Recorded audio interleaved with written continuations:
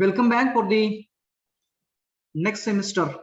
That is the first semester of the TY BTech Civil.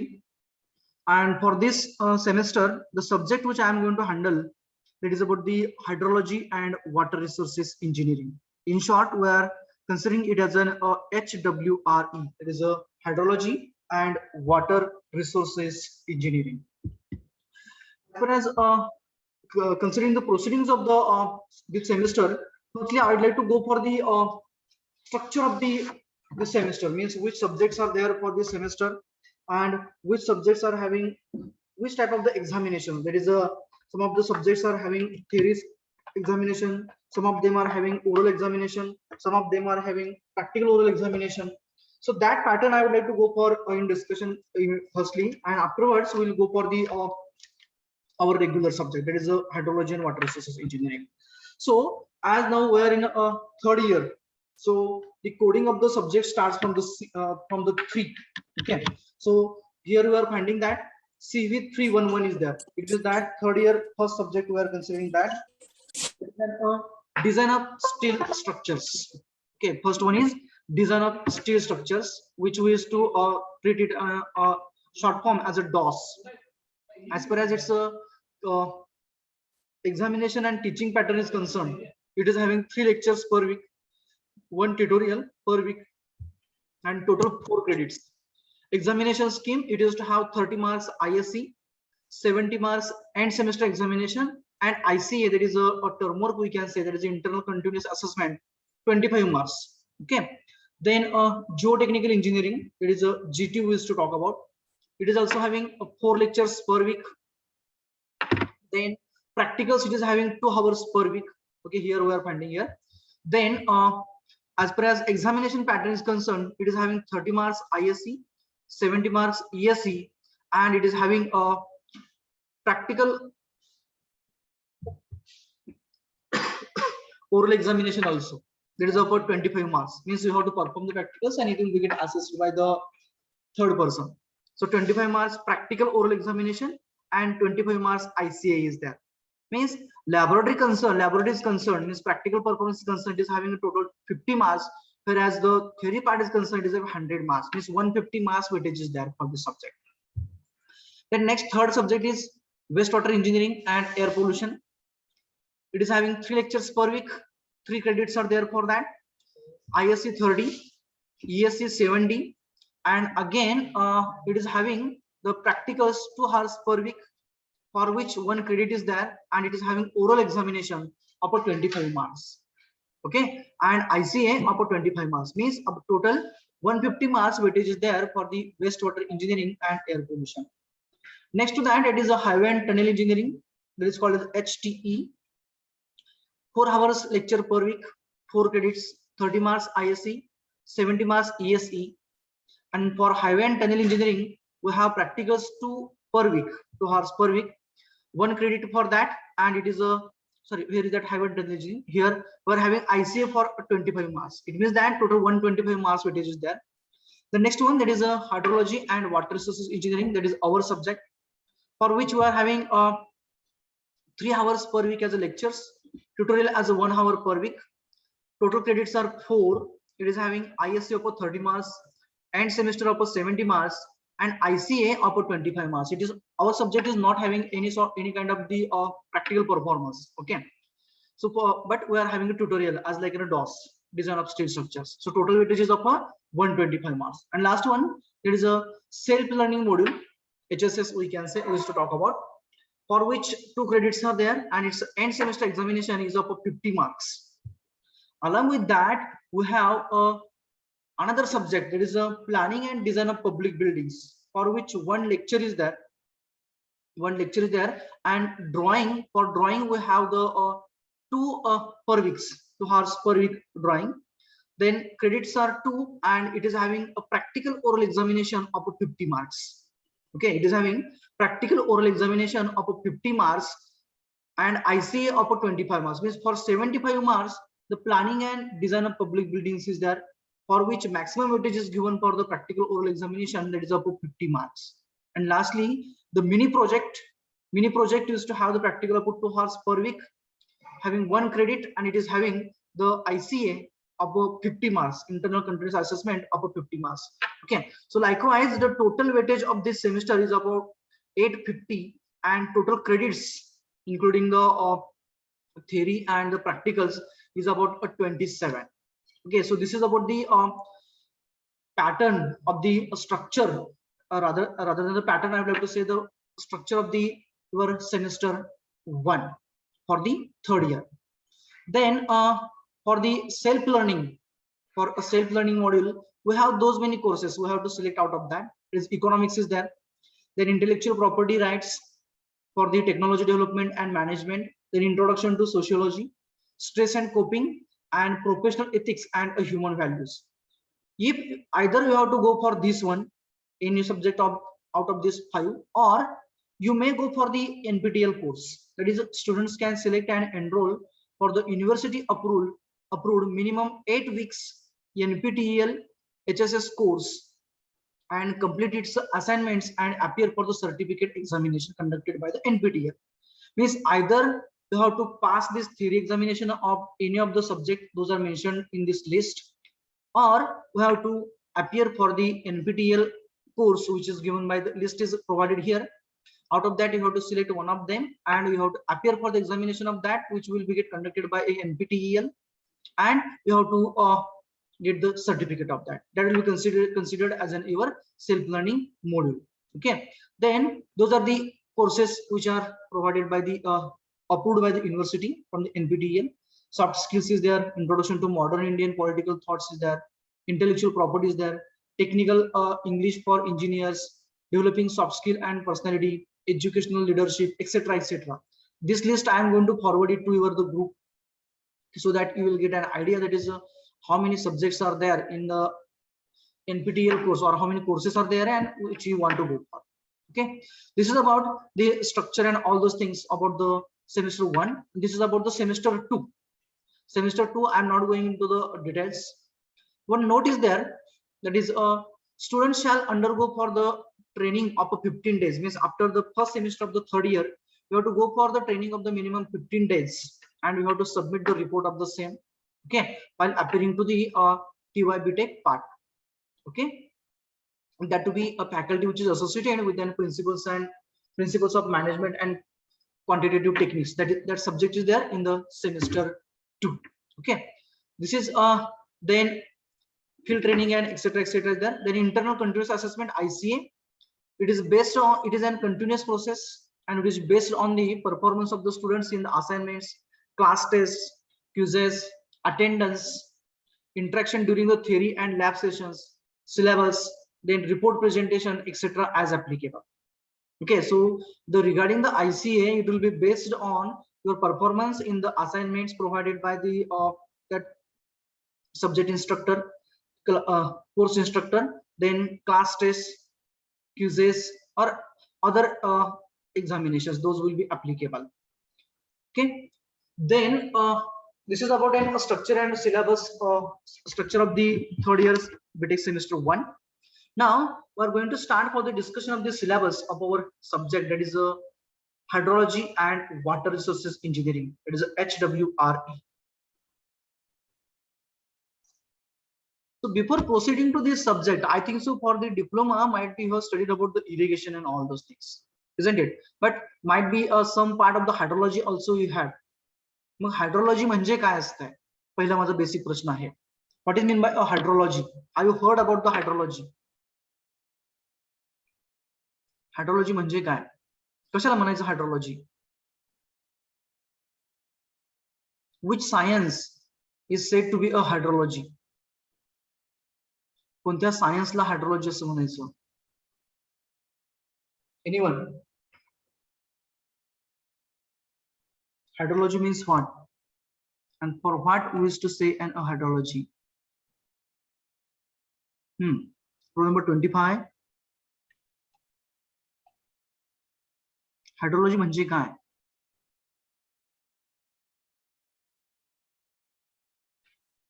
बोला. Hydrology म्हणजे काय असतं रे? एनीवन? कशाला म्हणायचं hydrology? Water. Once again. Properties of earth water. Studying properties of earth water. Studying the properties of earth water. Okay, anybody else than this? Hydrology. I will correct the statement. You are correct, no doubt, but I will have some of the corrections in that. तर hydrology म्हणजे कसं की आपण प्रत्येक सब्जेक्टला कशाचं ना कशाचं science त्याच्याबरोबर रिलेटेड असतं. मग तुमचं स्ट्रेंथ ऑफ मटेरियल असू द्या, स्ट्रक्चरल अनालिसिस असू द्या, फ्लुइड मेकॅनिक्स असू द्या, हायड्रॉलिक इंजिनिअरिंग असू द्या, कोणतेही असू द्या, त्या पद्धतीने त्या प्रत्येक ह्याच्यामध्ये कशाचा ना कशाचा अभ्यास आपला रिलेटेड असतो, स्टडी त्याचा रिलेटेड असतो. तसंच आता हायड्रोलॉजी मध्ये काय राहतं? So hydrology is a that science, एक सायन्स आहे, शास्त्र आहे. कशाचा आहे किंवा त्याच्यामध्ये कशाचा अभ्यास केला जातो? तर वॉटरचा अभ्यास केला जातो. इन द सेन्स वॉटरचा अभ्यास म्हणजे काय? It's a occurrence, it's a distribution, it's a forms, it's a types, etcetera etcetera. म्हणजे जे काही पाणी तुमचं जमिनीवरती आहे, जमिनीच्या आतमध्ये आहे, जे वातावरणामध्ये आहे, या सर्व ठिकाणी आढळणाऱ्या पाण्याचा अभ्यास, त्याचा ऑकरन्स जे आढळणारं, जे कुठं आढळतं ते, त्याचे फॉर्म्स कसं ते तयार होतो, त्याचे टाइप्स कोणकोणते आहेत, या सर्वांचा एकंदरीत अभ्यास जिथं केला जातो किंवा जिथं अभ्यास होतो त्याला आपण हायड्रोलॉजी असं म्हणतो. म्हणजेच काय, तर जो काही आपल्याकडे तयार होणारं जे पर्जन्यमान आपण म्हणतो, तर पर्जन्यमान म्हणजे काय? तर पर्जन्यमान म्हणजे पडणारा पाऊस. आपण पर्जन्यमान म्हणजे आपल्याकडे पाऊस म्हणतो, पण प्रत्येक वेळी पर्जन्यमान म्हणजे पाऊस नाही असं म्हणतो आपण. तर काय राहतं, तर काही ठिकाणी स्नोफॉल होतो, बर्फवृष्टी होते, काही ठिकाणी हिमवृष्टी होते, बरोबर. मग हे वेगवेगळे त्याचे फॉर्म्स आहेत, टाइप्स असतील. मग ह्या वेगवेगळ्या फॉर्म्स मध्ये जे जमिनीवरती, पृथ्वीवरती पाणी आपल्याला आढळतं किंवा वेगवेगळ्या जलाशयांमध्ये आपल्याला पाणी आढळतं किंवा आपल्याला अर्थ क्रस्ट मध्ये म्हणजे पृथ्वीच्या गाभाऱ्यामध्ये आपण म्हणतो त्याला, तर आपण ऍक्विफर्स असं म्हणतो. त्या ऍक्विफर्स मध्ये आपल्याला जे पाणी आढळतं त्याचं ऑकरन्स आणि ते काय त्याचे फॉर्मेशन जे आहे, म्हणजे फॉर्मेशन पासून ऑकरन्स ते स्टोरेज, हे काय सर्व काही जे काही त्याचं मेकॅनिझम येतं वॉटरचं on the earth and below the earth crust, we can say that whole study comes under the hydrology. हा जो पूर्णपणे जो स्टडी येतो तो पूर्णपणे स्टडी हा आपला अंडर हायड्रोलॉजी येतो. मग हे झालं हायड्रोलॉजी. आता पुढे आपण म्हटलं की वॉटर रिसोर्सेस इंजिनिअरिंग. मग आता वॉटर रिसोर्सेस म्हणजे काय? What will be there in water resources then? काय असेल मग वॉटर रिसोर्सेस मध्ये? हायड्रोलॉजी आपण बघितलं होतं.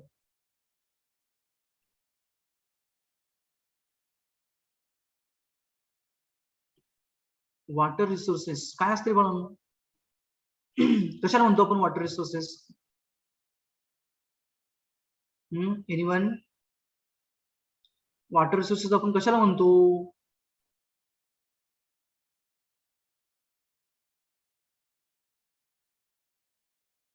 बोला. हा, anyone can you tell me any source of water? Any source of water? River. River. Okay, great. आणखी?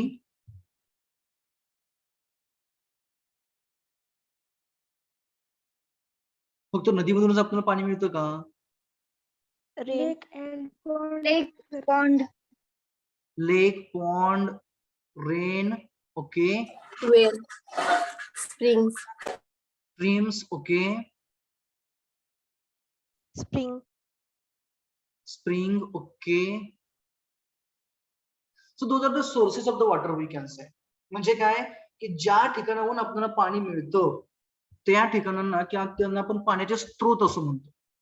Those are called as resources, sorry sources of the water. म्हणजे कुठून, एक म्हणजे रेनफॉल असेल किंवा स्नोफॉल असेल, बर्फवृष्टी होत असेल, ओके, त्याला आपण स्नोफॉल असं म्हणतो.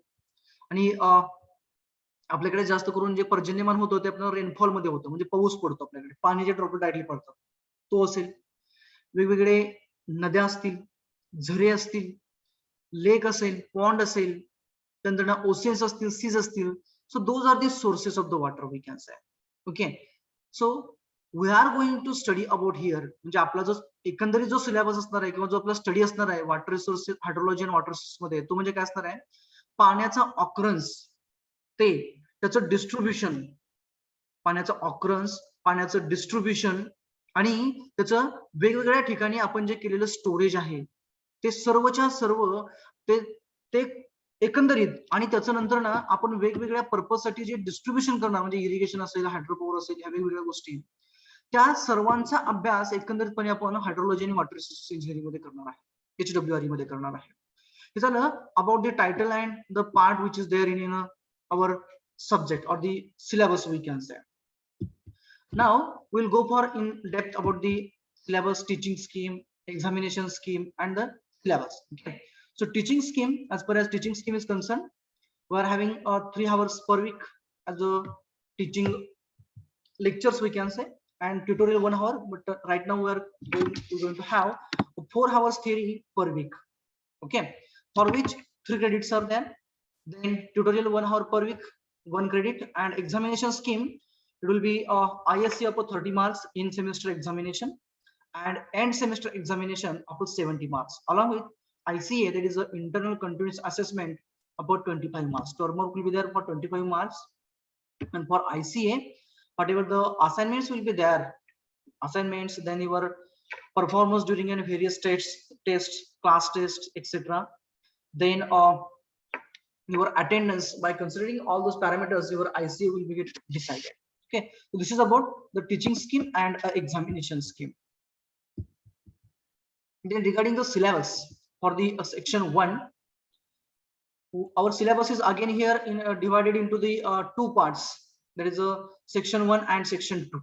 Section 1 is related to the hydrology, whereas section 2 is related to the water resources. Okay, means after getting an idea about the occurrence of the water, its a distribution and all those things on earth, after that we are going to have a study about the various resources of the water and its a distribution. Okay, so likewise the syllabus structure is, syllabus is also divided into the 2 parts, section 1 and section 2. In the section 1 we have first unit, that is about the introduction to the hydrology. Means hydrology means what is the hydrological cycle, etc, etc. This 7 indicates the number of classes or the lectures those are given by the university to complete the syllabus of that particular unit. Regarding the weightage of the unit in the end semester examination of the university, for this unit, means for section 1 we will have weightage of 35 marks, whereas for the section 2 we will have the weightage of the 35 marks. And in a section 1 there are 4 units, and in a section 2 also there are 4 units.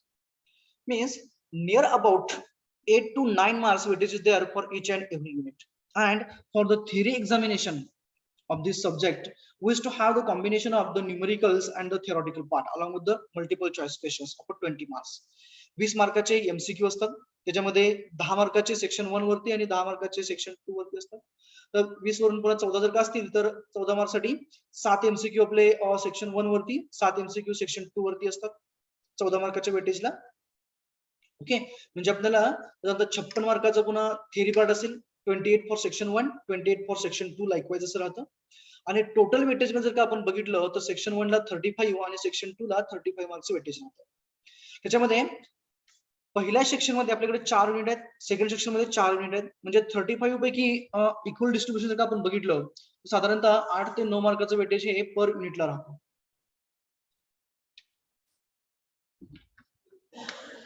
So on the first unit, we used to have the combined questions like theory and the numerical also. I will tell you that where the numericals are there and which type of the numericals are there. And during an syllabus, during a particular unit, we are going to have a detailed discussion and detailed solution of each and every type of the numerical. Okay, so talking about the first unit, that is a introduction to hydrology, for which university has given us an 7 hours. It includes the syllabus likewise, definition of the hydrology, history of the hydrology, importance of hydrology, म्हणजे पहिला definition आहे काय hydrology म्हणजे काय, history कधी म्हणजे hydrology कशी आहे, कधीपासून आलेलं आहे ते, त्याचं महत्व काय आहे, इम्पॉर्टन्स काय आहे. त्यानंतर ना हायड्रोलॉजिकल सायकल आहे, वेदर आहे आणि इट्स प्रेसिपिटेशन पोटेन्शियल आहे, rainfall and its weather and its precipitation potential आहे. हे आपलं पहिल्या पार्ट मध्ये येतं, इंट्रोडक्शन टू हायड्रोलॉजी मध्ये येतं. दुसरा पार्ट आहे तो थोडासा जास्त वेटेज वाला आहे असं आपण म्हणूया पहिल्या युनिट मधला, that is about the precipitation. त्याच्यामध्ये काय काय येतं तर forms of the precipitation, types of the precipitation, different methods of measurement of precipitation, factors affecting the precipitation at a location, म्हणजे एका ठिकाणी पडत असणारा जो पाऊस आहे त्याच्यावरती कोणकोणते फॅक्टर्स अफेक्ट करतात. त्यांना करेक्टिंग प्रेसिपिटेशन डाटा, म्हणजे मिसिंग डाटा असतो बऱ्याच वेळा, ऑब्झर्व झालेला नसतो, तो करेक्ट कसा करायचा. Estimating the missing data, that is about. त्यानंतर estimation of the extreme values, rain gauge network, म्हणजे पाऊस मोजण्यासाठी जे आपण इन्स्ट्रुमेंट वापरतो त्याला आपण रेनगेज म्हणतो. मग ते किती असायला पाहिजे, त्यांचं नेटवर्क कसं असायला पाहिजे, म्हणजे किती अंतरावरती कसं पाहिजे आहे. फ्लॅट टेरेनवरती कुठं असायला पाहिजे, किती अंतरावरती असायला पाहिजे 2 रेनगेज, किंवा स्लोपी ग्राउंड असेल तर कुठं असायला पाहिजे. It is about the rain gauge network and their numbers, म्हणजे एखाद्या रिजन मध्ये किती रेनगेज असायला पाहिजे आहेत. It is about the rain gauge network. Then determination of average precipitation over the catchments. आता बऱ्याच वेळा आपण म्हणतो की ऑल ओव्हर इंडिया एवढ्या मिलीमीटर पाऊस पडला. जर का आपण पूर्णपणे इयरचं बघितलं तर इयरच्या फोरकास्टिंग मध्ये काय म्हटलं जातं की in a whole year in India about 1200 millimeter rainfall has been occurred, म्हणजे 1200 मिलीमीटर एवढा पाऊस भारतामध्ये पडला. म्हणजे ह्या काय झाला, ऍव्हरेज प्रेसिपिटेशन झालं, कुठलं, ऑल ओव्हर इंडिया झालं. परंतु त्याचं जर का आपण डिस्ट्रीब्युशन बघितलं तर डिस्ट्रीब्युशन वेगवेगळं राहतं, वेगवेगळ्या राज्यांमध्ये वेगवेगळं राहतं. फॉर एक्झाम्पल केरळला जास्त असतो, महाराष्ट्राला त्या पद्धतीने थोडासा कमी असेल, किंवा महाराष्ट्रामध्ये पुन्हा आपण बघितलं पश्चिम महाराष्ट्र, विदर्भ, मराठवाडा, कोकण ह्या रिजन मध्ये त्याचं डिस्ट्रीब्युशन वेगळं असतं. त्यानंतर ना त्या रिजन मध्ये म्हणजे पश्चिम महाराष्ट्रामध्ये पुन्हा नंतर ना वेगवेगळ्या जिल्ह्यांमध्ये त्याचं डिस्ट्रीब्युशन वेगळं आहे. त्यानंतर ना मराठवाडा, विदर्भमध्ये वेगवेगळ्या डिस्ट्रिक्टमध्ये त्याचं डिस्ट्रीब्युशन वेगळं आहे. तर फॉर एक्झाम्पल जर का बघायचं झालं आपण तर सोलापूर डिस्ट्रिक्ट जर का आपण कन्सिडर केला तर सोलापूर डिस्ट्रिक्ट मध्ये बार्शी वगैरे ह्या साईडला सध्याच्या कंडिशनला पर्जन्यमान भरपूर झालंय, म्हणजे पाऊस खूप पडलाय. ते जर का आपण माळशिरस, सांगोला, पंढरपूर हा रिजन बघितला, मंगळवेढा, तर इकडे पाऊस थोडासा कमी आहे. मग हे काय झालं, हे सध्याच्या कंडिशन पर्यंत झालं.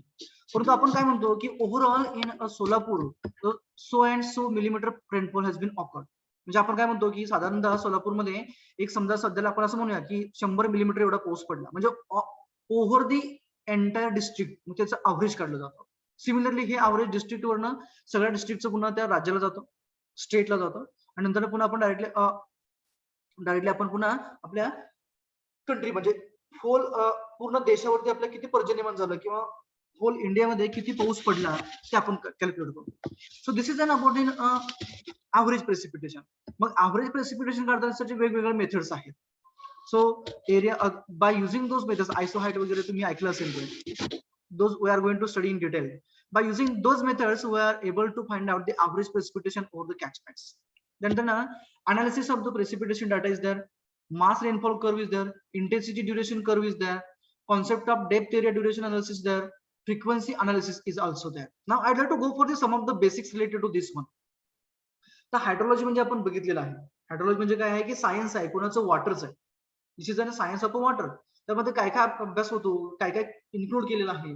तर याच्यामध्ये वॉटरचं फॉर्मेशन, ऑकरन्स, नंतर डिस्ट्रीब्युशन, हे सर्वच्या सर्व आपल्या हायड्रोलॉजी मध्ये आलं. मग हायड्रोलॉजिकल सायकल म्हणजे काय असेल, what does it means about in hydrological cycle. ज्यांनी अटेंडन्स मार्क केला त्यांनी अटेंडन्स चॅट बॉक्स मध्ये टाकत चला. हायड्रोलॉजिकल सायकल म्हणजे काय. I would like to have some of the somewhat enlightenments over this. Hydrological cycle म्हणजे काय बघा, तुम्हाला काय आठवतं म्हणजे हायड्रोलॉजिकल सायकल.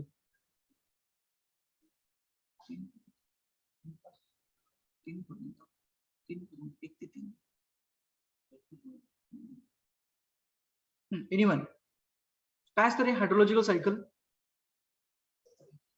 मी थोडीशी आयडिया देतो.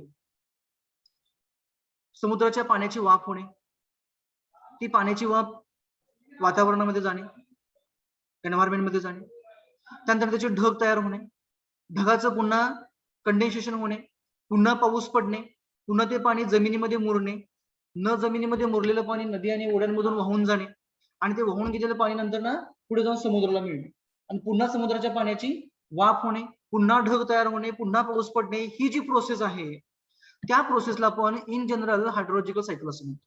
Means what? Suppose that somewhere else here we have an ocean, sea or ocean we will have here. समजा आपला हा समुद्र आहे असं आपण कन्सिडर करूया. ही आपली वॉटर लेवल आहे याच्यामधली, timing I am assuming like this, आणि हा आपला टेरेन आहे, हिली टेरेन असं आपण अज्युम करूया. डोंगर वगैरे आहेत अशी या साईडला, असं आपण अज्युम करूया. काय होतं साधारणतः उन्हाळ्यामध्ये किंवा थ्रू आउट द इयर इथं जे पाणी आहे या पाण्याचं काय होतं बाष्पीभवन होतं. जर काय होतं याचं बाष्पीभवन होत राहतं, पाण्याच्या वाफेमध्ये रूपांतर होत असते कंटिन्युअसली. आणि त्यानंतर काय होतं की जी पाण्याची वाफ होते ती काय होते कंटिन्युअसली वरती निघून जाते अशी. It is to move in upward direction. आणि जर का वारा वाहत असेल तर वाऱ्यामुळे काय होतं ही पाण्याची वाफ जी वरती गेलेली आहे ती साईडला, समजा आपण असं अज्युम करूया की विंड इज ब्लोईंग लाईक दिस, ही वाऱ्याची डायरेक्शन आहे. ही जी काही पाण्याची वाफ आलेली आहे ती कुठे येते इथपर्यंत येते आणि ही पुन्हा नंतर ना असे क्लाउड्स तयार होतात जिथं टेम्परेचर कमी होतं. आणि टेम्परेचर कमी झाल्यानंतर काय होतं ह्या क्लाउडचं कन्व्हर्जन म्हणजे जी काही पाण्याची वाफ होती ती कंडेन्स होते, नंतर पुन्हा वॉटरचे ड्रॉपलेट तयार होतात किंवा आईस क्रिस्टल तयार होतात. आणि नंतर काय होतं असा पाऊस पडतो. हा डोंगरावरती पाऊस पडायला याच्यावरती झाडी वगैरे असणार आहे. हे पडलेलं जे पावसाचं पाणी येतं म्हणजे आपण रेनफॉल कन्सिडर करतोय, प्रेसिपिटेशन झालं आपण म्हणतो त्याला. ज्या वेळेस कन्व्हर्जन होतं कुणाचं या मॉइस्ट एअरचं कन्व्हर्जन ज्या वेळेस ड्रॉपलेट मध्ये होतो त्यावेळेस आपण त्याला किंवा आईस क्रिस्टल्स मध्ये होतो त्यावेळेस आपण त्याला प्रेसिपिटेशन असं म्हणतो. मग ते प्रेसिपिटेशन तुमचं मे be in the form of the rainfall असेल और may be in the form of the snowfall असेल. पर्जन्य असेल तर तो बर्फवृष्टी असेल. ती जर का बर्फवृष्टी झाली तर काय होणार आहे, बर्फ असा त्या डोंगरावरती साचणार आहे. फॉर एक्झाम्पल हिमालयन टेरेनवरती बर्फ जास्त साचतो. नंतर काय होणार उन्हाळ्यामध्ये त्या बर्फाचं तो बर्फ वितळणार, मेल्ट होणार आणि ते पाणी काय होणार पुन्हा एकदा जमिनीवर वाहणार. जमिनीवर वाहत असताना ते पाणी काय होतं बऱ्याच वेळा इनफिल्ट्रेट होत असतं डोंगरामधून खाली गेलं झाडाच्या, आणि काही प्रमाणामध्ये पाणी हे वॉटर ड्रॉपलेट्स हे त्या झाडावरती अब्सॉर्ब केले जातात आणि ते तिथून नंतर पुन्हा डायरेक्टली इव्हॅपोरेशन होतं आणि वरती जातं. जे काही पाणी जमिनीमध्ये मुरलेलं आहे ते काय होतं पुन्हा नंतर कुठेतरी जी वॉटर बॉडी जी असते ऍक्विफर आपण म्हणतो त्याला, म्हणजे कॅव्हिटी अर्थच्या क्रस्ट मध्ये त्याच्यामध्ये पाणी साचतं आणि ते नंतर पुन्हा या डोंगरामधून झऱ्यामार्फत पुन्हा त्या नदीला किंवा ओढ्याला मिळतो आणि लास्टला पुन्हा ते पाणी सीला किंवा ओशिनला म्हणजे त्या आपल्या समुद्रामध्ये जाऊन पाणी मिळतं.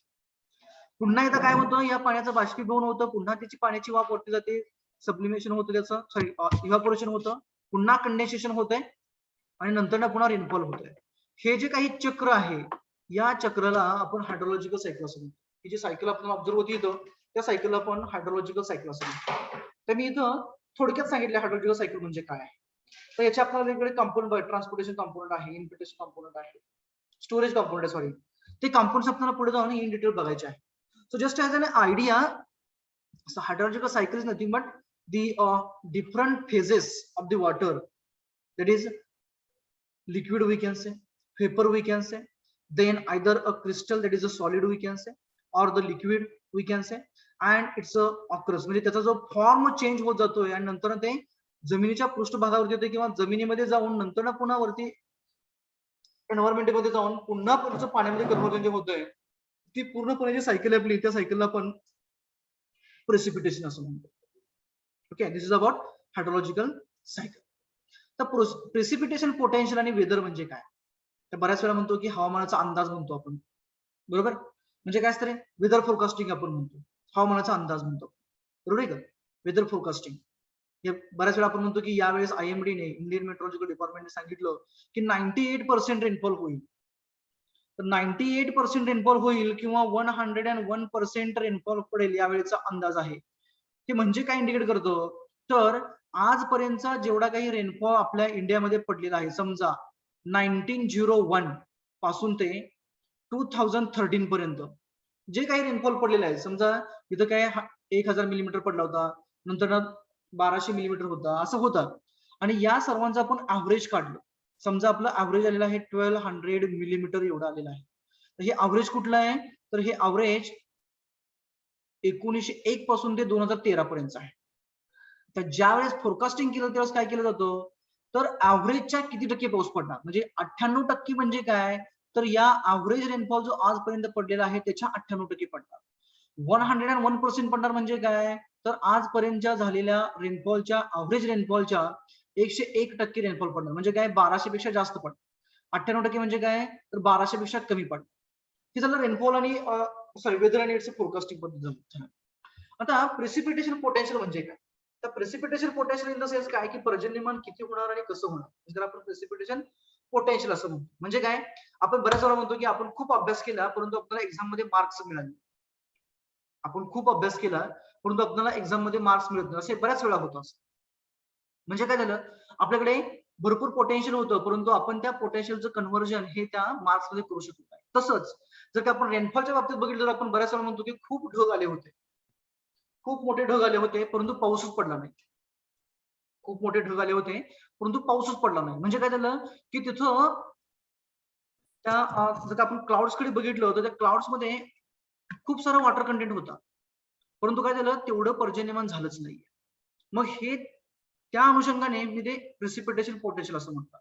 आपण बऱ्याच वेळा म्हणतो की जर का व्हाईट क्लाउड्स असतील तर म्हणतो आपण की पाऊस जास्त पडणार नाही, परंतु जर का डार्क असतील तर आपण म्हणतो की पाऊस जास्त पडेल. म्हणजेच काय की the content of the water and it's a rate of converting into the water droplets, म्हणजे जी काही व्हेपर आहे वॉटरची त्याला आपण क्लाउड्स म्हणतो, त्या वॉटर व्हेपरचं कन्व्हर्जन हे किती तुमचं either in the form of the water droplets म्हणजे आपण त्याला पाऊस म्हणतो, किंवा आईस क्रिस्टल्स आपण त्याला बऱ्याच वेळा गारा पडल्या म्हणतो, किंवा बर्फवृष्टी झाली म्हणतो, त्याच्यामध्ये जे होण्याचं कन्व्हर्जन रेट आहे त्याला आपण काय म्हणतो, त्याला प्रिसिपिटेशन पोटेन्शियल असं म्हणतो. ओके, नंतर ना टाइप्स आणि फॉर्म्स असतात बऱ्याच वेळा.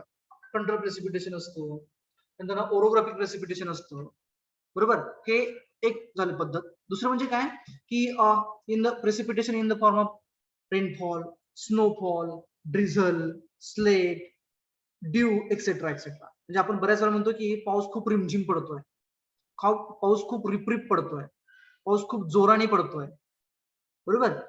नंतर आपण काय म्हणतो की गारा पडतायत. हा जे वेगवेगळे जे घटक आहेत त्या पद्धतीने आपण काय म्हणतो त्याला त्याचे वेगवेगळे ते टाइप्स आणि फॉर्म्स त्याचे येतात. पुढचा जो पॉईंट आपण म्हटलं की डिफरंट मेथड्स ऑफ मेजरमेंट. आता मेजरमेंटसाठी आपण काय करतो तर रेन गेज वापरतो for measurement of rainfall purely. For measurement of purely and rainfall we use to have an application of the rain gauges. त्याच्यामार्फत आपण डायरेक्टली रेनफॉल मेजर करत असतो. त्याच्यानंतर पुढे काय दिलंय तर factors affecting the precipitation at a location. म्हणजे एखाद्या ठिकाणी जो काही पडणारा पाऊस आहे तर आपण असं अजून करू की पावसाचं एक्झाम्पल घेऊया. मी precipitation in the form of rainfall घेतोय, स्नोफॉल घेत नाहीये. मग तिथं पडणारा जो पाऊस आहे त्याच्यावरती कशा कशाचा इफेक्ट होतो, means which factors are affecting or which factors are responsible to have more precipitation or less precipitation at a particular location. तुम्ही 10वी मध्ये आय थिंक भूगोलमध्ये शिकला असाल, महाबळेश्वर पेक्षा वाईला पर्जन्यमान कमी राहतं. वाई हा पर्जन्य छायेचा प्रदेश आहे असं कुठं तुम्ही शिकला असाल, आठवतंय का काय बघा. Is you are remembering those things? Is anyone? पर्जन्य छायेचा प्रदेश, रेन शॅडो रिजन त्याला म्हटलं जातं. तिथं खूप सारे ढग दिसतात पण पाऊस पडत नाही. Mahabaleshwar and Wai that is one of the example from the Maharashtra. महाबळेश्वरला खूप सारा पाऊस पडतो परंतु वाईला पाऊस पडत, खूप ढग दिसतात परंतु पाऊस कमी पडतो. What I want to say over here, I want to consider the factors those are responsible over here. Okay. तर जसं आपण की डिस्कस करतोय की फॅक्टर्स अफेक्टिंग रेनफॉल, तुम्ही बरेचसे सांगितले की एन्व्हायरमेंट चेंज आहे, टेम्परेचर चेंज आहे, त्यानंतर ना पोल्युशन आहे, हे वेगवेगळे घटक आहेत. त्यानंतर डिफॉरेस्टेशन आहे, झाडं तोडतोय आपणच तोडतोय, मनुष्यच तोडतोय म्हणून मी आपण असं म्हणतोय. ह्या सर्व गोष्टींमुळे आपण काय म्हणतो की पर्जन्यमान जे आहे ते पर्जन्यमान आपलं काय झालं कमी कमी झालेलं असं आपण म्हणतोय. परंतु जर का आपण ह्या लास्टच्या 2 वर्षामध्ये बघितलं कोविडच्या सिच्युएशन मध्ये, तर साधारणतः as compared to previous years we are observing that we are getting a required quantity of the rainfall. म्हणजे आपल्याकडे जो पाऊस पडतोय गेल्या वर्षी आणि या वर्षी जर बघितला आपण तर तो आपला इतर म्हणजे त्याच्या पाठीमागच्या अॅन्युअल इयर्स पेक्षा आपल्याकडे चांगल्या पद्धतीने पाऊस पडतोय असं आपण म्हणतो. मग त्याच्या पाठीमागे बरीचशी कारणं होती.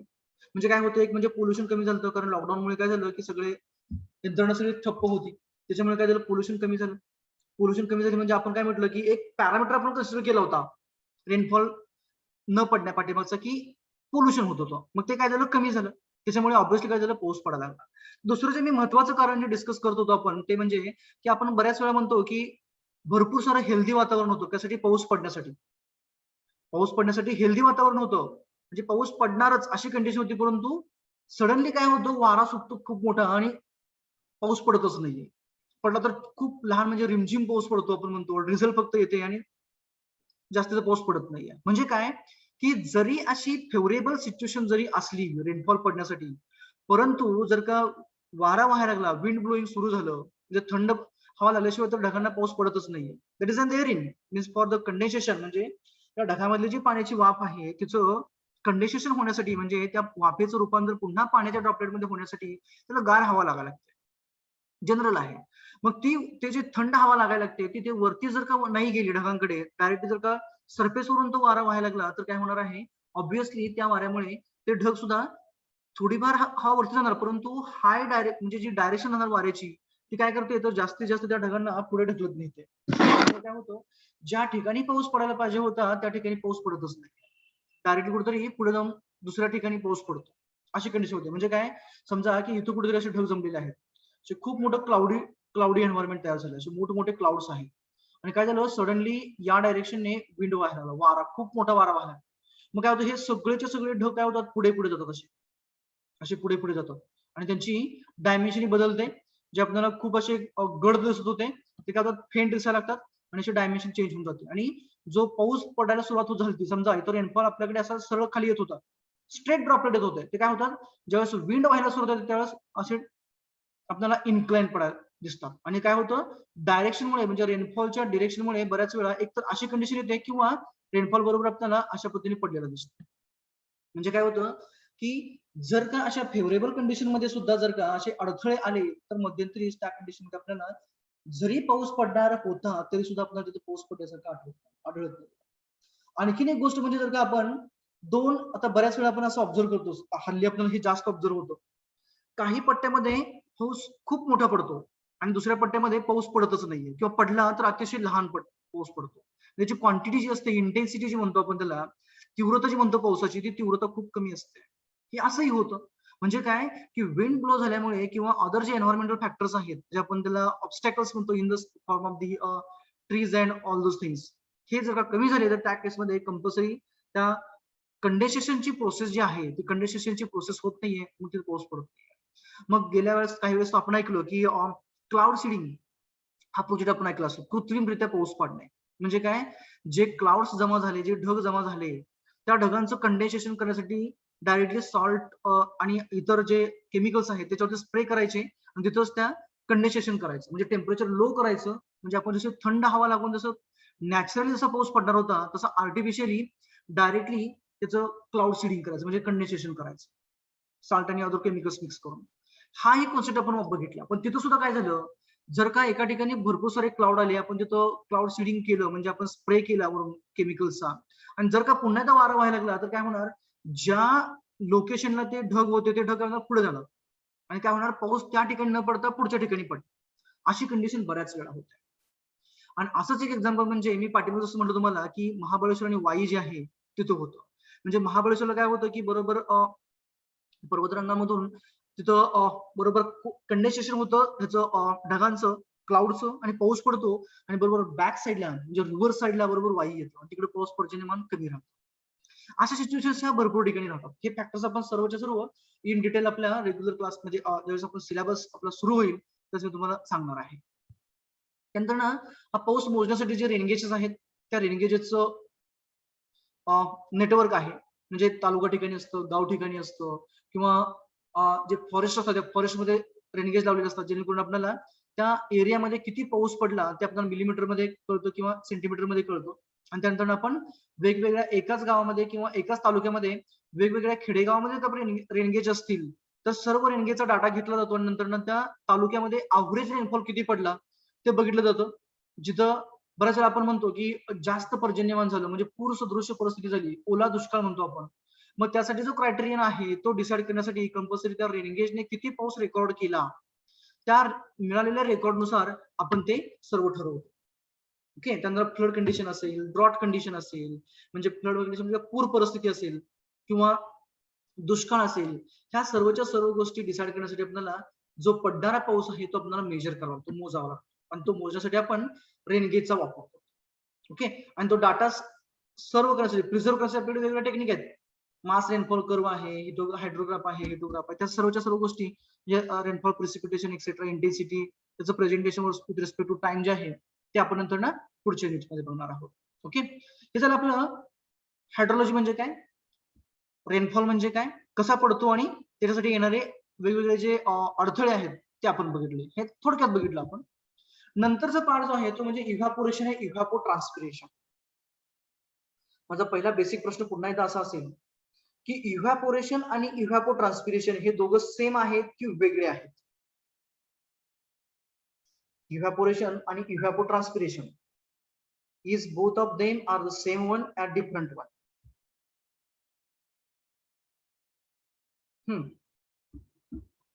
इव्हॅपोरेशन इव्हॅपोट्रान्सपिरेशन दोघं सेम आहेत की वेगवेगळे आहेत रे? सेम आहेत का की वेगळे आहेत?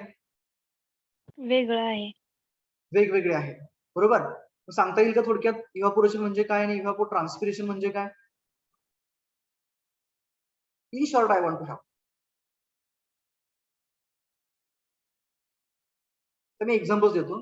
इव्हॅपोरेशन मध्ये पाण्याचं इव्हॅपोरेशन होतं, म्हणजे लँडवरचं जे पाणी आहे त्याचं, आणि ट्रान्सफॉर्मेशन मध्ये जे झाड वृक्ष आहेत त्या मुळांचं जे पाण्याचं इव्हॅपोरेशन. अगदी बरोबर आहे तुझं, अगदी बरोबर आहे. इव्हॅपोरेशन म्हणजे काय, तर ज्या ज्या ठिकाणी आपण पाणी स्टोअर केलेलं आहे किंवा ज्या ज्या ठिकाणी नॅचरली वॉटर स्टोअर झालेलं आहे त्या त्या ठिकाणच्या पाण्याचं बाष्पीभवन होणे. कशामुळे? सूर्यप्रकाशामुळे.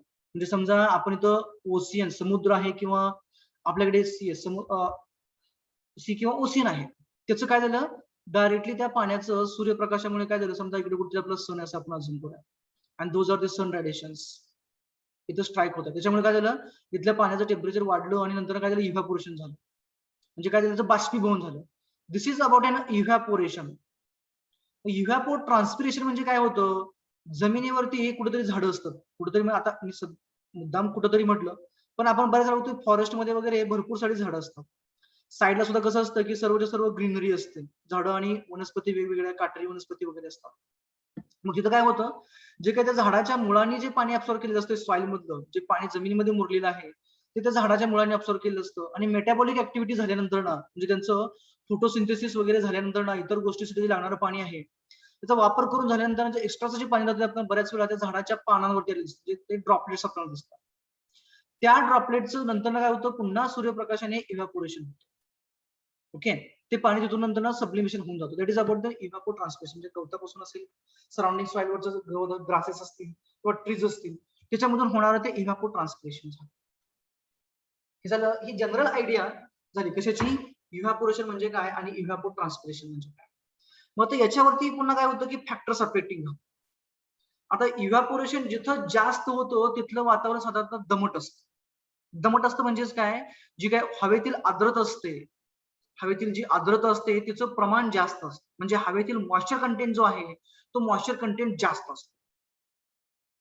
तुम्ही सांगू शकाल का मग असं एखादा रिजन की जिथं जास्त आर्द्रता आहे किंवा जिथं जास्त दमट वातावरण आहे? मुंबई. मुंबई. Okay, great. आणखी?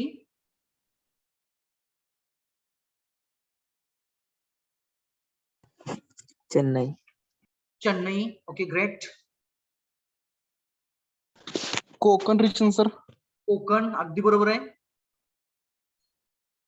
आणखी?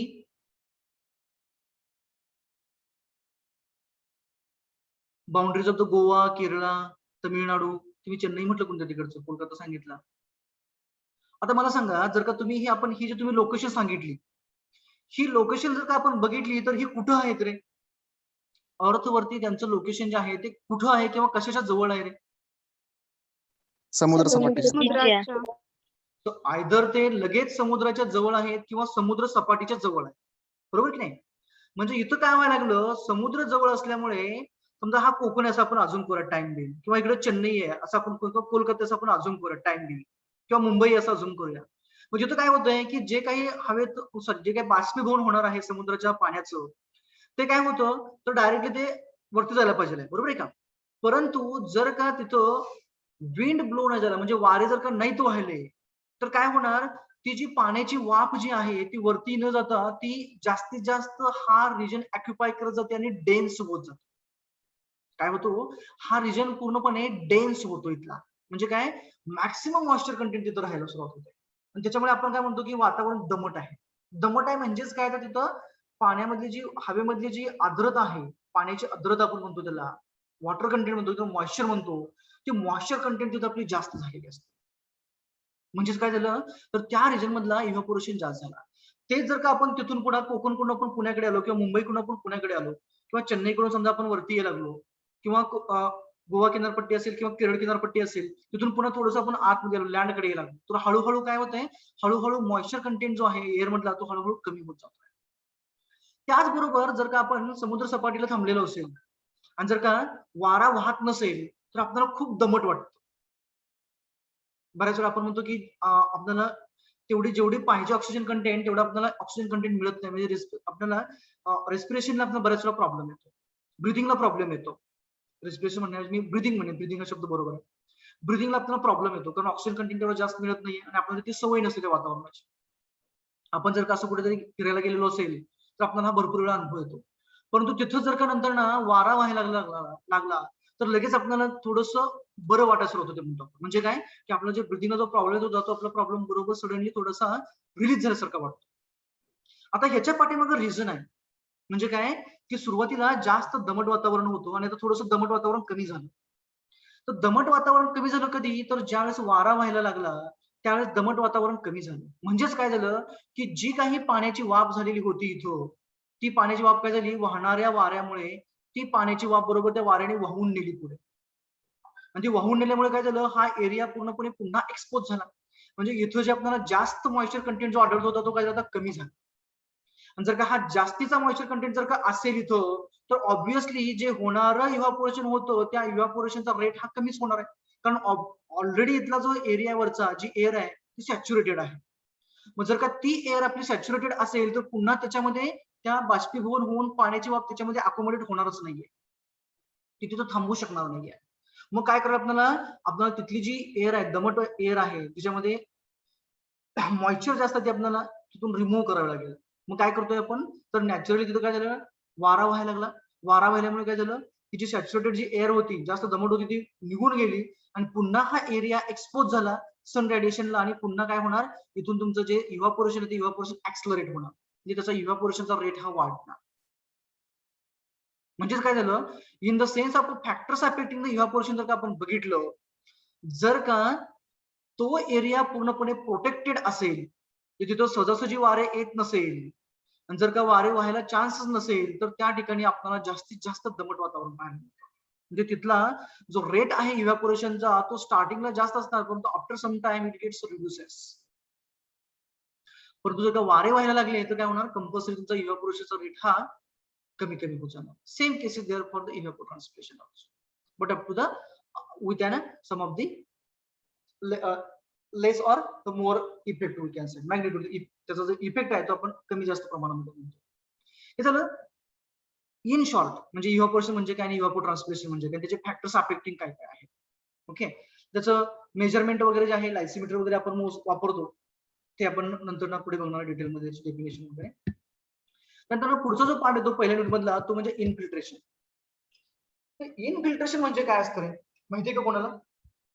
इनफिल्ट्रेशन, सिपेज, पर्कोलेशन, तुम्ही बऱ्याच वेळा शब्द ऐकले असतील. पाझर लागणे, ऐकलं शब्द रे, पाझर लागणे? हो सर. पाझर लागतो त्यावेळेस पाण्याची जी मुवमेंट असते, म्हणजे पाणी जे वाहतं त्याची डायरेक्शन कशी असते रे, हॉरिझॉन्टल असते, व्हर्टिकल असते, कशी असते रे?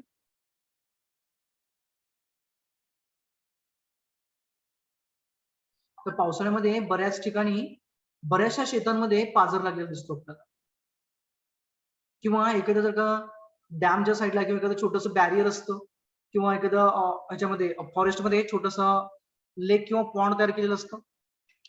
ओके, आणि त्याच्यामध्ये पाणी साचले असते पावसाचं, आणि काय होतं, पावसाचं पाणी साचलं की त्याच्या साईडची जमीन असते ते आपण म्हणतो की त्याच्यामध्ये पाणी खूप हे होतं, म्हणजे सिपेज झालेलं असतं आणि ते पाणी बरोबर डॅमच्या बॉडीमधून पर्कुलेट होतं, सिपेज आणि पर्कुलेट होतं, पाझर लागतो. शब्द ऐकले का बाबा? हे पाझर लागणे, इनफिल्ट्रेट होणे, पर्कुलेशन होणे, सिपेज होणे. हॅव यू हर्ड अबाउट दिस? डेऱ्यामधून जे पाणी बाहेर येतं, माठामधून जे पाणी बाहेर येतं, ते कोणती प्रोसेस आहे? सिपेज आहे की पर्कुलेशन आहे की इनफिल्ट्रेशन आहे? माठ माहिती आहे सीपेज. सर्वांना? सिपेज आहे, अगदी बरोबर आहे. सिपेज आहे ते. आणि आपण काय म्हणतो की विहिरीला पर्क्युलेशन वाढलं म्हणतो. पावसाळ्यामध्ये म्हणतो आपण विहिरीची पाण्याची पातळी वाढली म्हणजेच काय म्हणतो की विहिरीला पर्क्युलेशन झालं. त्याचबरोबर कॅनलच्या साईडला कुठेतरी आपली विहीर असेल, कॅनलला पाणी आलं की आपल्या विहिरीला पाणी वाढतं आणि आपण काय म्हणतो की आता पर्क्युलेशन वाढले विहिरीला. किंवा विहीर जर का कॅनलच्या साईडला घेतली तर आपण काय म्हणतो की पर्क्युलेशन जास्त होईल. तर मग पर्क्युलेशन म्हणजे काय रे?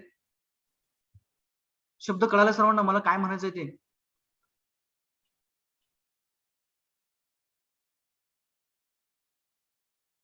मला काय म्हणायचं ते समजलं का सर्वांना?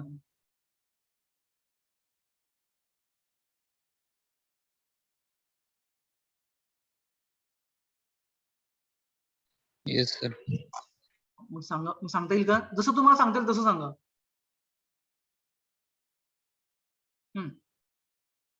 आणि मी तुम्हाला अगोदर सांगितलेलं आहे की कोणतंही उत्तर बरोबर नसतंय, कोणतंही उत्तर चुकीचं नसतंय. समोरच्याला जसं पाहिजे. पाणी हा हा, ओके ओके, गो अहेड. हा, समोर स्ट्राइड. हा, ग्रेट, गो अहेड. पाणी जमिनीत मुरतं. पाणी जमिनीत मुरतंय. ओके. आणखी आणखी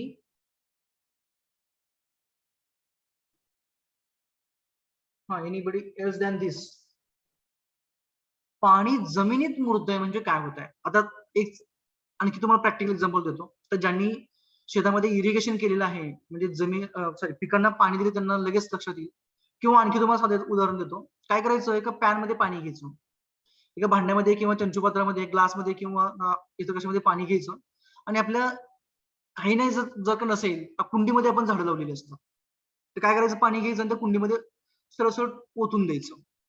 त्या कुंडीमध्ये पाणी ओतल्यानंतर ना त्याची जी पहिली जी स्टेप आहे त्या पाण्याची ती काय असते, तर ते सरळ खाली जातो, खाली जमिनीमध्ये मुरायला सुरुवात होते.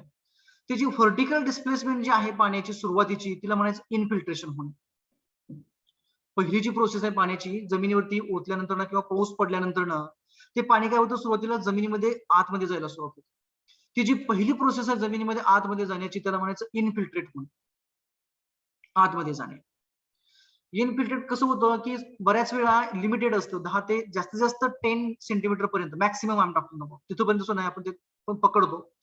त्याच्या खाली जर का डीप जायला लागलं सरळच त्याला डीप इनफिल्ट्रेशन किंवा आपण डीप पर्क्युलेशन म्हणतो, सरळ सरळ खाली जातं. आणि सिपेज होणे म्हणजे काय म्हणे की आपण जर का वॉटर स्टोअर केलं एखाद्या पात्रामध्ये किंवा एखाद्या काय म्हणू आपण त्याला एखाद्या स्टोरेज रिझर्व्हायर मध्ये, तर त्या स्टोरेज रिझर्व्हायर मध्ये तुमचं डॅम असेल, धरण असेल किंवा एखादं विहीर बंधारा असेल, त्या बंधाऱ्यामधनं पाणी काय होतं, हळूहळू सिपेज व्हायला सुरुवात, म्हणजे त्याच्या बॉडीमधनं पाणी बाहेर निघायला सुरुवात होते. जसं की माठामधनं पाणी बाहेर निघतंय, लॅटरल डिस्प्लेसमेंट आहे, हॉरिझॉन्टल डिस्प्लेसमेंट मुवमेंट आहे त्याची, त्याला काय म्हणायचं, तर त्याला सिपेज असं म्हणायचं. In general I am discussing about. त्यानंतर ना पुढचं जे येतं म्हणजे पुढचं मी काय म्हटलं की डीप पर्क्युलेशन आपण जे म्हणतो. आता डीप पर्क्युलेशन म्हणजे काय होतं की खूप तळापर्यंत म्हणजे खूप असं जमिनीमध्ये आतमध्ये जाऊन, खूप जमिनीमध्ये आतमध्ये जातं आपण, म्हणजे विहिरीला जसं आपण पाणी वाढलं म्हणतो त्यावेळेस काय होतं, कॅनलचं पाणी सुरुवातीला इनफिल्ट्रेट होतं, ते खूप खाली जातं आणि नंतर ते खाली जाऊन नंतर काय होतं, ते त्याचं पर्क्युलेशन म्हणजे ते नंतर त्याची डिस्प्लेसमेंट लॅटरल होते आणि तो लॅटरल डिस्प्लेस होऊन नंतर ते विहिरीमध्ये पाणी येतं. It is about the seepage, percolation and the infiltration. Infiltration सर्वात सुरुवातीला होतं पाऊस पडल्या पडल्या. सिपेज एखाद्या बॉडी मधनं पाणी बाहेर पडतं त्याला आपण सिपेज म्हणूया. ओके, आपण स्वेटिंग म्हणतो, घाम येणे. तर घाम येणे ही प्रोसेस वेगळी आहे पण त्याला आपण सिपेज म्हणू शकतो. म्हणजे आपल्या बॉडीमधून ज्यावेळेस घामावाटे म्हणजे आपण म्हणतो पाणी बाहेर येतो त्याला आपण सिपेज म्हणू शकतो, थोडक्या प्रमाणात अंडरस्टँडिंग पर्पज साठी.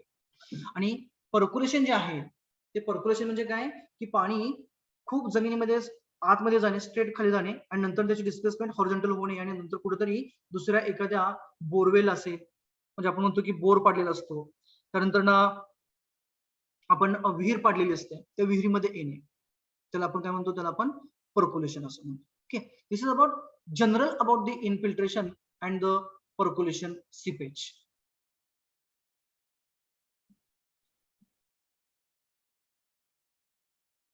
Horizontal, as someone has given answers, I have not. Okay, okay, ha ha. process of turning from liquid into the vapor, right? Evaporation, that is the correct one. Then process by which water on the ground surface enters the soil, that is infiltration. अगदी बरोबर आहे. Okay, great. So wherever possible, you should unmute yourself and give the answers. If there is a problem of the network and all those things, you can put the answers in the chat box also. That's the good one. Okay, हे झालं आपलं पहिल्या unit मधलं. तर याच्यामध्ये जे आपल्याला numericals आहेत, ते न्यूमेरिकल्स आपल्याला इन्फिल्ट्रेशन वरचे आहेत, त्यानंतर रेन गेज नेटवर्क वरचे आहेत. ओके, नंतर मिसिंग डाटा प्रिडिक्ट करणे, तो मिसिंग डाटा काढणे आहे, अवरेज प्रेसिपिटेशन काढणे आहे. याच्यावरती आपल्याला 6 ते 7 मार्कला 3 ते 7 मार्कच्या रेंज मध्ये आपल्याला न्यूमेरिकल होतं. Okay, so this is about the chapter 1, introductory part of the unit 1. Now we'll go for the next one from the section 1 itself. It is unit 2, rainfall runoff relationship. तर rainfall आपल्याला माहिती आहे, rainfall म्हणजे काय आहे? पर्जन्यमान. त्याला आपण पर्जन्यमान म्हणजे precipitation. Precipitation may be in the form of rainfall or may be in the form of the snowfall. ज्यावेळेस आपण प्रेसिपिटेशन म्हणतो, ते प्रेसिपिटेशन म्हणजे त्याला मराठीमध्ये आपण पर्जन्य असं म्हणतो. मग पर्जन्य तुमचा पावसाच्या स्वरूपात असू शकतं, त्यानंतर बर्फाच्या स्वरूपात असू शकतं, गारांच्या स्वरूपात असू शकतं, रिमझिम असू शकतं, किंवा ड्रिझल म्हणजे या वेगवेगळ्या ह्याच्यामध्ये फॉर्म मध्ये असू शकतो. त्या बऱ्याच आपण बघतो की रेनफॉल म्हणजे पाऊस पडल्यानंतर ना सुरुवातीला पाणी जमिनीवरती साचत नाहीये. सुरुवातीला काय होतं, रेनफॉल झाल्यानंतर म्हणजे समजा आपल्याकडे रेनफॉल व्हायला लागलेला आहे, समजा हे आपल्याकडे क्लाउड आहे, खूप मोठासा ढग आहे, खूप डार्क आहे, याच्यामधून काय व्हायला पाऊस पडायला लागलेला असा हा पाऊस पडतोय खाली. समजा हे सर्वच्या सर्व पाणी आपल्या जमिनीवरती येते, आपला ग्राउंड सरफेस असतं, हे पाणी जमिनीवरती पडतं सगळ्याच्या सगळं. परंतु आपल्याला पडलेला पाऊस आपण बऱ्याच वेळा म्हणतो की कुठं पाणी दिसेल, पाऊस एवढा मोठा पडला परंतु पाणी कुठे दिसेल असं आपण म्हणतो, बऱ्याच वेळा म्हणतो आपण. मग त्या केसमध्ये काय होतं, जेवढा काही रेनफॉलचा रेट असतो, ओके, जी काही त्याची इंटेन्सिटी आहे, तर मी इंटेन्सिटी हा शब्द नवीन आणला. इंटेन्सिटी म्हणजे काय रे? इंटेन्सिटी ऑफ रेनफॉल म्हणजे काय? आपण म्हणतो की 2 मिलीमीटर पर हावर किंवा 4 मिलीमीटर पर हावर या इंटेन्सिटीने पाऊस पडला, बरोबर आहे का? म्हणजे काय?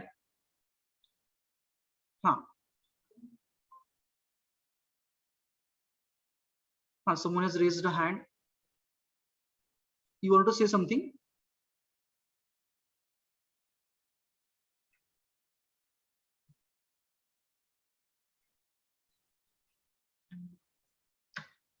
Is you want to say something? Okay. तर इंटेन्सिटी म्हणजे काय? तर आपण म्हणतो की पाऊस खूप मोठा पडायला लागला, खूप हळू पडायला लागला, ते जे आहे त्याला आपण इंटेन्सिटी म्हणतो. म्हणजे एका मिनिटामध्ये आपण म्हणतो की खूप मोठा पाऊस पडला, आणि आपण बऱ्याच म्हणतो की तासभर झालं पाऊस पडतोय, आणखी काहीच म्हणजे जमीन सुद्धा ओली झाली नाही म्हणतो आपण. म्हणजे कसं झालं की एका मिनिटामध्ये पाऊस पडून झाल्यानंतर जर का जमिनीवरनं पाणी व्हायला लागलो आणि तासभर पाऊस पडला तरी जमिनीवरनं पाणी नाही वाहिलं, म्हणजे याचा अर्थ काय झाला, तर एका मिनिटामध्ये पडलेल्या पावसाची इंटेन्सिटी जास्त होती आणि तासभर पडलेल्या पावसाची इंटेन्सिटी कमी होती. म्हणजेच काय, the rate of rainfall, rate of rainfall, पडणाऱ्या पावसाचं जे प्रमाण आहे, पडणाऱ्या पावसाचं प्रमाण पर हावर म्हणजे पर ताशी, पर मिनिट असेल, ते जर का जास्त असेल, ते जर का, तर त्याला आपण म्हणतो की इंटेन्सिटी रेनफॉल जास्त आहे. पाऊस पडलेला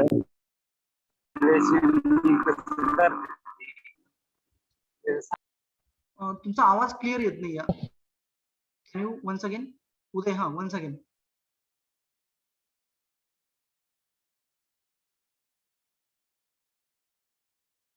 तुमचा आवाज क्लिअर आला नव्हता.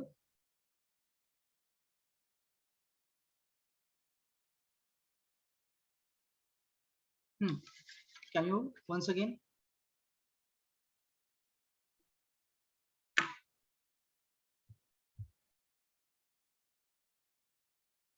आवाज थोडा तुमचा ब्रेक झाला होता. मी काय करतो, काही जणांना विचारतो, म्हणजे त्याचं लक्षात दिलं आपल्याकडे. तर वेगवेगळ्या रिजन मधली मी लोक विचारतो, तर मला जे माहित आहे ते मी त्यांना विचारतो अगोदर. त्यांचं मला माहित नाही, मी त्यांना नंतर नाही घेतो, त्यांनी व्हॉलंटरीली मला सांगायचं. मी पहिला पाटीलना विचारतो, सुजित पाटील, रोल नंबर 56. तुमच्याकडे जो पाऊस पडला या 1-2 दिवसामध्ये तो खूप जास्त होता की कमी होता? Roll number 56. तुमच्याकडे जो पाऊस पडला ह्या 1-2 दिवसामध्ये तो खूप जास्त होता की कमी होता की मीडियम होता? मीडियम होता सर. मीडियम होता. ओके. त्यानंतर तुमचा आय थिंक सो मंगळवेढा ना? नाही सर. तुमचं गाव येवती. कोणतं? येवती. Okay okay great. हा ओके ओके. चला आता पुढे जातो मी थोडं संख्येत. हा रोल नंबर 2. तुमच्याकडे पडलेला पाऊस कसा होता? Roll number 2. खूप कमी होतं सर. खूप कमी होता. ओके. Roll number 15. जास्त होतं सर. जास्त होता. ओके. मी आणखी एक कोणतरी घेतो रॅन्डमली आता. Roll number 26. खूप कमी होतं सर. खूप कमी. तुमची रिजन कोणती आहे? मंगळवेढा. मंगळवेढा. ओके. आता आपण इथे जे मी 3-4 एक्झाम्पल घेतले, एक होतं मंगळवेढा, एक होतं इकडं मोहोळ, दुसरं म्हणजे मध्यंतरी येवती. हा मी लोकॅलिटी घेतली. आणखीन एक आपल्याकडे असतील. कांबळे, तुमच्याकडे किती पाऊस होता? कांबळे मीडियम होता. मीडियम. सोलापूरला ना? हो, सोलापूर. सोलापूरला. म्हणजे आपण जर का या सोलापूर जिल्ह्यामधला जर का विचार केला तर आपण जे तालुक्यात वेगवेगळे मी घेतले जे मला माहित होते थोड्याफार प्रमाणामध्ये, तिथं जर का आपण बघितलं तर रेनफॉलचं म्हणजे पडणाऱ्या पावसाचं पर्जन्यमान वेगळं वेगळं होतं. आता जिथं जास्त होतं म्हटले तिथं आपण काय म्हणणार की तिथं इंटेन्सिटी जास्त होती पावसाची. तिथं इंटेन्सिटी जास्त होती. जिथं मीडियम होता तिथं इंटेन्सिटी मीडियम होती. जिथं खूप कमी होता तिथं इंटेन्सिटी कमी होती. म्हणजेच काय झालं की जरी पाऊस पडत असला त्या वेगवेगळ्या रिजन मध्ये, म्हणजे सोलापूर जिल्ह्यामध्येच पडला, एका डिस्ट्रिक्ट मध्येच पडला, परंतु तिथं सुद्धा काय झालं, त्याची इंटेन्सिटी ही खूप व्हॅरी झाली. म्हणजे लोकॅलिटीनुसार तो बदलत गेला. तर आपल्याला रिलेशन काय लावायचं होतं, तर रेनफॉल आणि रनऑफचं लावायचं. मग जर का जिथं पाऊस कमी पडला किंवा ऍव्हरेज पेक्षा कमी पडला तिथं जो रनऑफ जनरेट झाला, म्हणजे जमिनीवरून जे पाणी वाहिलं. रनऑफ म्हणजे काय, तर जमिनीवरून वाहिलेलं पाणी, त्याला आपण रनऑफ असं म्हणतो. पूर म्हणत नाही मी. पूर म्हणजे वेगळं झालं. पूर येणे म्हणजे फ्लड, ती कंडिशन वेगळी झाली. आणि रनऑफ म्हणजे काय, पहिली फेज. कधी, ज्या वेळेस इनफिल्ट्रेशन म्हणजे जमिनीमध्ये जो पाण्याचा मुरण्याचा रेट आहे त्याला आपण इनफिल्ट्रेशन असं म्हणतो. इनफिल्ट्रेशन. ओके. हे जे इनफिल्ट्रेशन आहे, या इनफिल्ट्रेशनचा रेट, समजा आपल्याकडे सॉइल आहे आणि त्याचा इनफिल्ट्रेशन जो रेट आहे तो समजा 1.5 मिलीमीटर पर हावर एवढा आहे. तर एवढा जास्त असेल नसेल मला माहित नाही, पण ऍज अन एक्झाम्पल मी इथं घेतलेलं आहे. 1.5 मिलीमीटर एका तासामध्ये त्या सॉइल मध्ये पाणी खाली मुरू शकतं. ओके, ते अब्सॉर्ब करू शकते. हा त्याचा अब्सॉर्बचा रेट आहे असं आपण म्हणूया. ओके. आणि आपल्याकडे पडणारा जो पाऊस आहे तो अतिशय कमी पडला, म्हणजे समजा तो तिथं पडलेला पाऊस 1 मिलीमीटर पर हावर एवढा पडला. 1 मिलीमीटर पर हावर एवढा पाऊस पडला. आणि जमिनीची अब्सॉर्प्शनची कॅपॅसिटी जी होती, म्हणजे पाणी जमिनीमध्ये मुरण्याची जी कॅपॅसिटी होती ती 1.5 मिलीमीटर पर हावर होती. तर या केसमध्ये पाणी पूर्णपणे जमिनीमध्ये अब्सॉर्ब होईल की पाणी पाऊस पडत असताना जमिनीवरून व्हायला सुरुवात होईल रे? फुल्ली ऍब्सॉर्ब होणार. पाणी फुल्ली ऍब्सॉर्ब होणार. कारण 1 मिलीमीटरच पडतंय, याची कॅपॅसिटी किती आहे, 1.5ची आहे, 1.5ची आहे, म्हणजे ऍडिशनली 0.5 मिलीमीटर पर हावर जरी पाऊस पडला तरी तो तिथं ऍब्सॉर्ब होणार आहे. पहिलं कन्सिडरेशन झालं. दुसरं काय आहे, ऍव्हरेज पडलाय पाऊस. म्हणजे काय, समजा 1.55 मिलीमीटर पर हावर या इंटेन्सिटीने पाऊस पडतोय आणि ऍब्सॉर्प्शन कॅपॅसिटी किती आहे, 1.5 आहे. तर या केसमध्ये काय होईल रे मग, पडणारा पाऊस 1.55 0.05% ओव्हरफ्लो. राईट. 0.05 मिलीमीटर्स पर हावर जेवढी एवढं जर काय येईल तुम्हाला मॅग्निट्यूड, त्या मॅग्निट्यूडने याच्यामधलं जे पाऊस आहे, पडलेला पाऊस आहे, पर्जन्यमान झालेला आहे, ते काय होईल, जमिनीवरून व्हायला सुरुवात होईल, म्हणजे रनऑफ जनरेट व्हायला सुरुवात होईल. आणि जर का 2 मिलीमीटर पर हावरने पडला किंवा समजा खूप जास्त जिथं पडला तिथं, म्हणजे समजा आपण असं करूया की 4 मिलीमीटर्स पर हावर या इंटेन्सिटीने पाऊस पडला, 4 मिलीमीटर पर हावरने पडला, ऍब्सॉर्प्शन कॅपॅसिटी 1.5 आहे. या केसमध्ये काय होईल आता,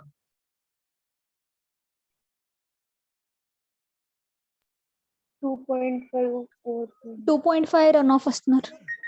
2.5 मिलीमीटर पर हावर या अमाऊंटने काय होईल, रन ऑफ जनरेट होईल. तर हीच केस जर का आपण पाठीमागच्या 3-4 दिवसामधली बघितली आपण विदर्भ मराठवाड्यामधली, ओके, विदर्भ मराठवाड्यामध्ये जो आपण जे न्यूज वरती बघितलं की खूप सारी शेती वाहून गेली, खूप सारी गावातली वाहून गेले, एसटी वाहून गेल्या, बसेस वाहून गेल्या, भरपूरसा प्रकार झाला. म्हणजे तिथं काय झालं की ऍब्सॉर्प्शन कॅपॅसिटी जी होती, इन्फिल्ट्रेशन कॅपॅसिटी होती, ती काय बदलणार आहे का? ती अजिबात बदलणार नाही. आपण कॉन्स्टंट पकडली इन्फिल्ट्रेशन कॅपॅसिटी 1.5 मिलीमीटर पर हावर. पडलेला पाऊस जर का तुमचा 20 मिलीमीटर पर हावरने पडला, म्हणजे खूप जास्त झाला, मी अजून करतोय, तर त्या केसमध्ये साधारणतः 18.5 मिलीमीटर पर हावर त्या रिजन मधनं तुमचा रन ऑफ जनरेट व्हायला लागला. म्हणजे खूप मोठ्या अमाऊंट मध्ये ते पाणी व्हायला लागलं, म्हणजे तुमचं फ्लड कंडिशन तयार झाली. म्हणजेच काय, जर का रेनफॉलची इंटेन्सिटी जास्त असेल तरच रन ऑफ जनरेट होणार आहे, otherwise there is a no chance of run off. आणि याच्या पुढे जाऊन आपण बऱ्याच वेळा म्हणतो की आपले आई वडील किंवा आजी आजोबा बऱ्याच वेळा सांगतात आपल्याला की जर का बीज पाऊस पडला, बीज पाऊस म्हणतात त्याला, बीज पाऊस पडला तर विहिरीला पाणी जास्त वाढतं आणि चिखल कमी होतो. ऐकलाय का हा शब्द रे? हॅव यू हर्ड अबाउट दिस? हो सर. आणि मोठा पाऊस पडला की पाणी वाहून जातं आणि विहिरीनं पाणीच वाढत नाही. ऐकलंय हे?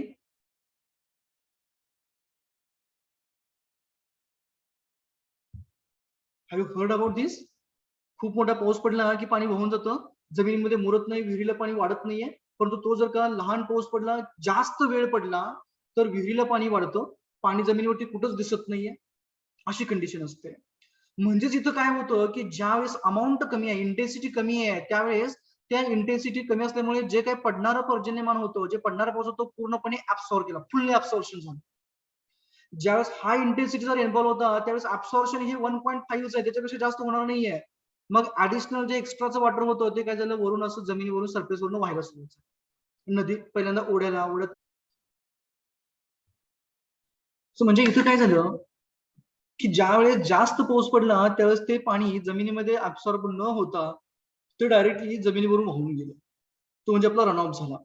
Okay, so talking about a relationship between rainfall and runoff, we can see that the rainfall and runoff are interlinked to each other. If the intensity of the rainfall is more than infiltration capacity, then and only then there is a chance of runoff.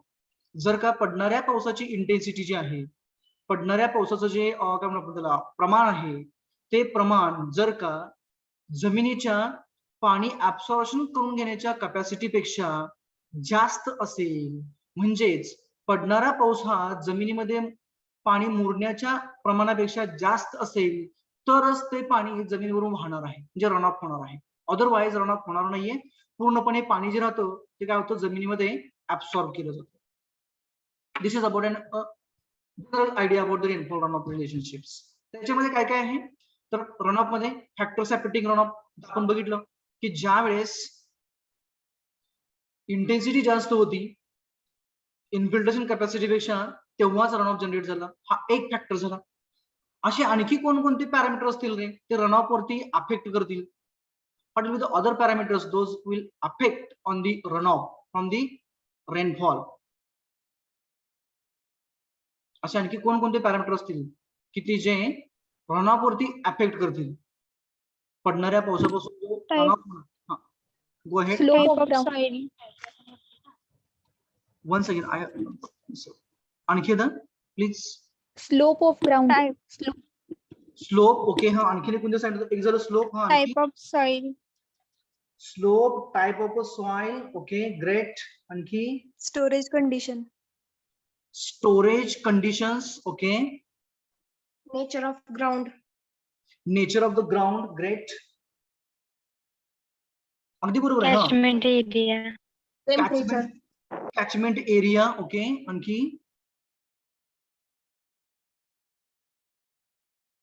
Climatic condition. Climatic conditions, okay, हा आणखी Geology. Geological conditions, okay, anything else?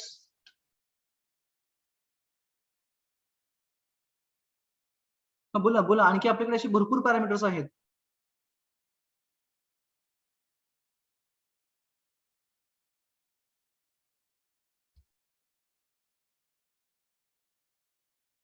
Will discuss now them. आता जो तुम्ही पहिला parameter सांगितला तो म्हणजे काय आहे की स्लोप ऑफ द ग्राउंड. जर का फ्लॅट टेरेन असेल म्हणजे काय, जी सॉइल आहे किंवा जी जमीन आहे जिथं पाऊस पडतोय तिथं पूर्णपणे असा फ्लॅट रिजन असेल, असा स्लोप अतिशय कमी आहे आणि पाऊस पडतो इथं, एक कंडिशन आहे. दुसरी कंडिशन काय आहे, ही सॉइल पुढे जाऊन असं स्लोप आहे तिला, असा सेम टाईपचा पाऊस पडतोय, सेम अमाऊंट आहे, रेनफॉल जो पडतोय, जे ढग आहेत तेच ढग आहेत. आपण म्हणतो की सगळीकडे आता आभाळ एक झालेला आहे, सगळीकडे पाऊस पडायला लागलेला आहे, ती कंडिशन आहे. वारा अजिबात वाहत नाहीये, त्याच्यामुळे काय होणार, प्रत्येक ठिकाणी पडणाऱ्या पावसाचं जे प्रमाण आहे ते सेम आहे. समजा मी या स्ट्रेचला ए टू बी असं म्हणतो, पहिला स्ट्रेच फ्लॅट घेतला मी आणि दुसरा आहे तो बी टू सी असं म्हटलं. आता ए टू बी मध्ये जी सॉइल आहे ती सेम टाईपची सॉइल आहे, कुठलीही असू द्या. तर कोणत्या सरफेस वरती रन ऑफ इमिडिएटली जनरेट होईल किंवा लगेच जनरेट होईल? B to C. B to C. अगदी बरोबर आहे. रिझन काय असेल याच्या पाठीमागचं रे? What will be the reason? Slope असल्यामुळे. स्लोप असल्यामुळे. परंतु काय करतो तो स्लोप, त्या रन ऑफला कसा हेल्प करतोय? Those are not marked attendance, they can mark the attendance in chat box. Okay. हा, स्लोप कसा त्याला मदत करतोय रे इन रन ऑफ साठीचा?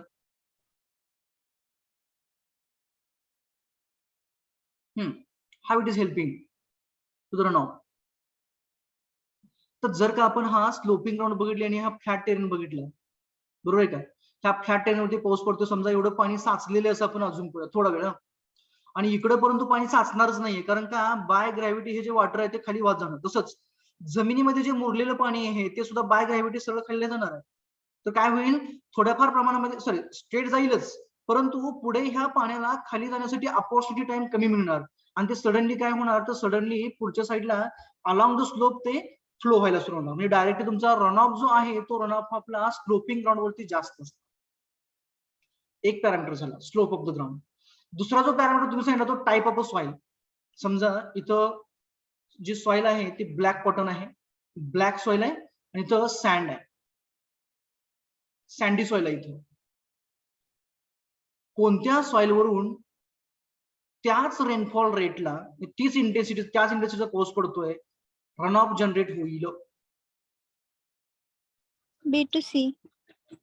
बी टू सी रन ऑफ लगेच जनरेट होईल की A to B run off लगेच जनरेट होईल? A to B black soil आहे आणि B to C sand soil आहे, सँडी सॉइल आहे, वाळू आहे इथं आणि इथं काळी माती आहे.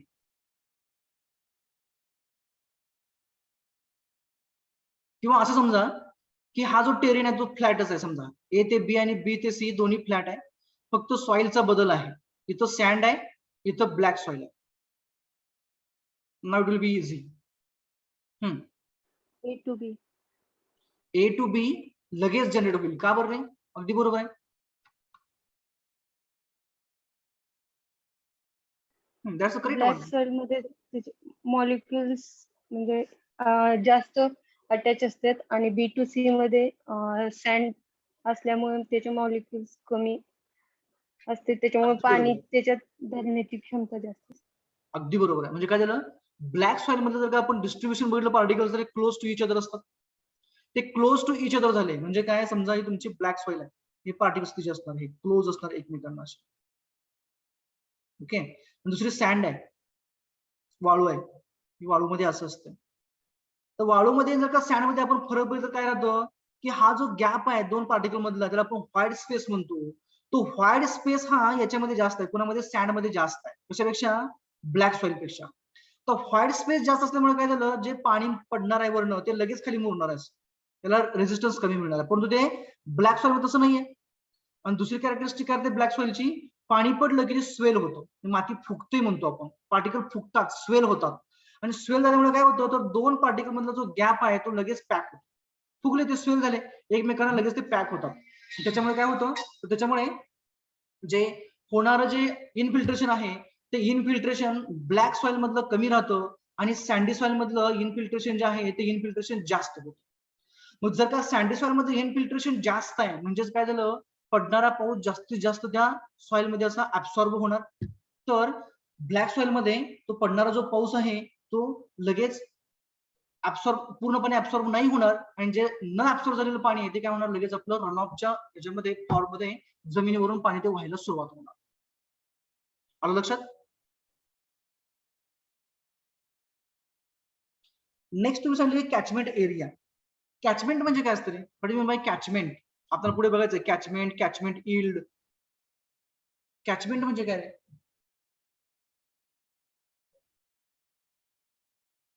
एनीवन? त्या एरियातून वॉटर कलेक्ट होतं रेनफॉलचं.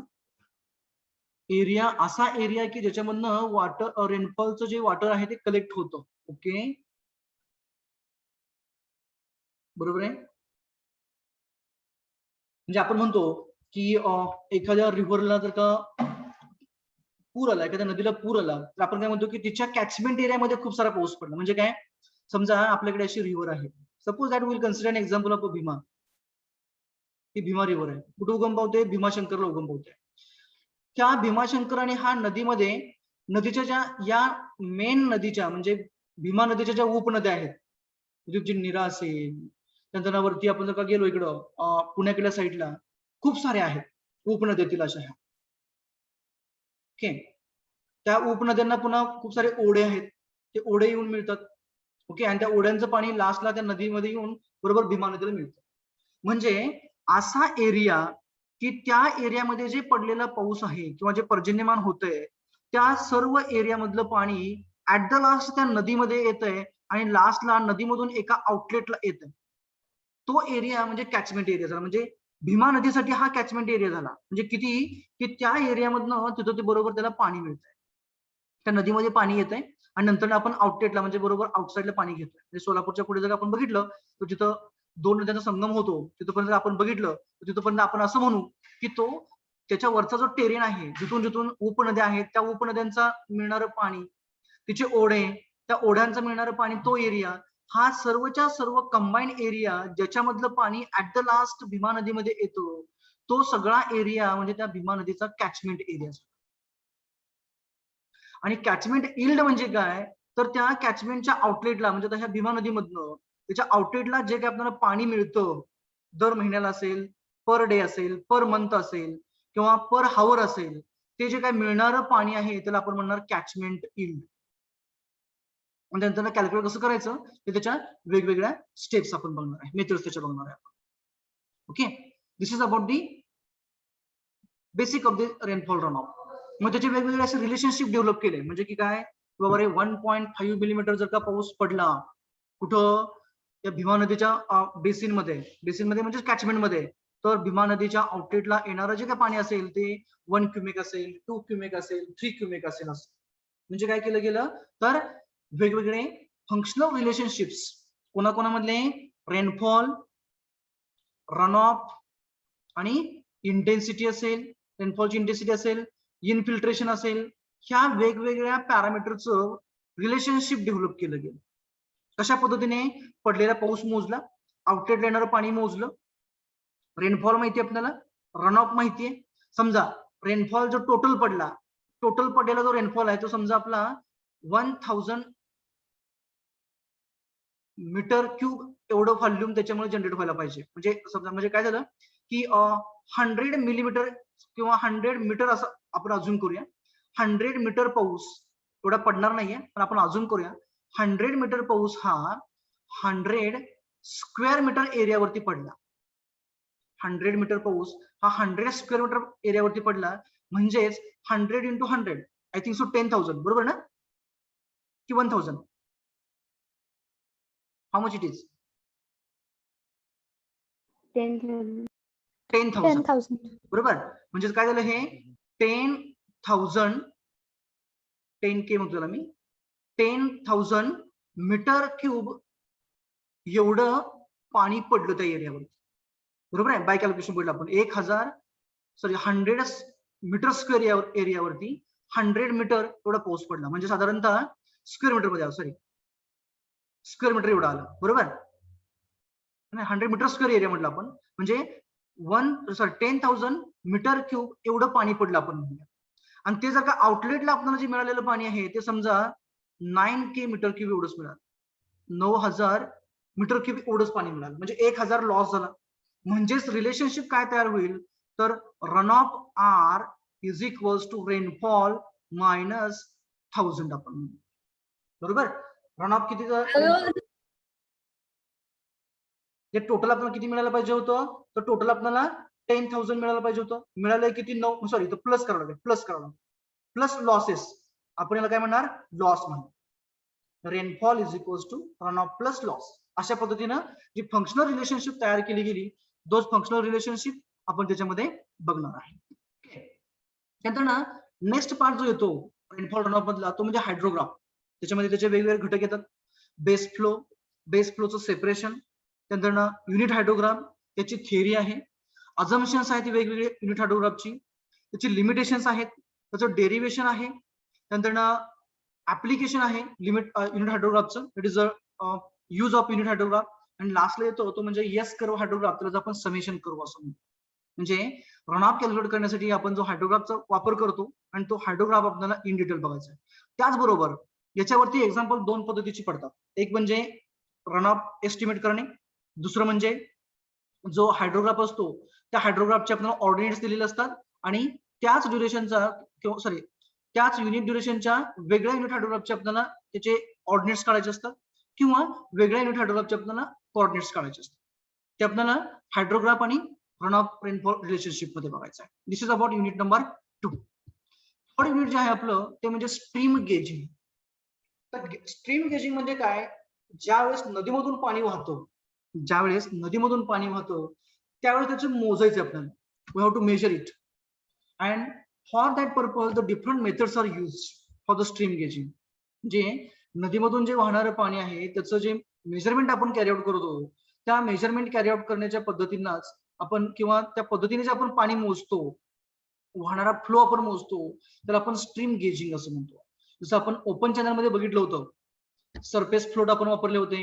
त्यानंतर व्हेलॉसिटी मोजण्यासाठी आपण सरफेस फ्लोट वापरला होता. त्यानंतर करंट मीटर वापरला होता आणि त्या करंट मीटरचा वापर करून किंवा फ्लोटच्या सरफेसची व्हेलॉसिटी, फ्लोटने सरफेस व्हेलॉसिटी घेऊन किंवा ऍव्हरेज व्हेलॉसिटी घेऊन आपण त्या क्रॉस सेक्शनल एरियाला मल्टिप्लाय केलं की आपल्याला बरोबर त्या कॅनल मधून जाणारा पाण्याचा डिस्चार्ज मिळत होता. Same thing is here, but here the application is wide. Canal मधला डिस्चार्ज हा कमी राहतो, परंतु स्ट्रीम मधला म्हणजे ओढा किंवा नदीमधला, रिव्हर किंवा स्ट्रीम, रिव्हर म्हणजे नदी झाली, स्ट्रीम म्हणजे ओढा झाला साधारणतः, मग याच्यामधली जी पाण्याची क्वांटिटी असते ती साधारणतः आपल्या कॅनलमध्ये पेक्षा जास्त असते. मग तो मेजरमेंट करण्यासाठी आपल्याला ज्या वेगवेगळ्या पद्धती आहेत त्या वेगवेगळ्या पद्धती आपल्याला वापरायच्या आहेत आणि त्याचबरोबर त्याच्या अलाइड जे न्यूमेरिकल्स आहेत, एक्झाम्पल्स आहेत, ती एक्झाम्पल्स आपल्याला याच्यामध्ये सॉल्व्ह करायचे. मग वेगवेगळ्या पद्धती कोणत्या आहेत, तर पहिला पॉईंट काय आहे, तर स्ट्रीम गेजिंगसाठी साईट सिलेक्ट करणं. कोणतं असं तुम्ही ठिकाण निवडणार की ज्या ठिकाणी तुम्ही स्ट्रीम गेजिंग करणार, म्हणजे जे काही इन्स्ट्रुमेंट करंट मीटर असेल, ओके, किंवा तुमचं सरफेस फ्लोट असेल किंवा इलेक्ट्रॉनिक सर्किट असेल, ह्या सगळ्या गोष्टी तुम्ही वापरून ज्यावेळेस व्हेलॉसिटी मोजणार आहात त्यासाठी साईट कशी असायला पाहिजे.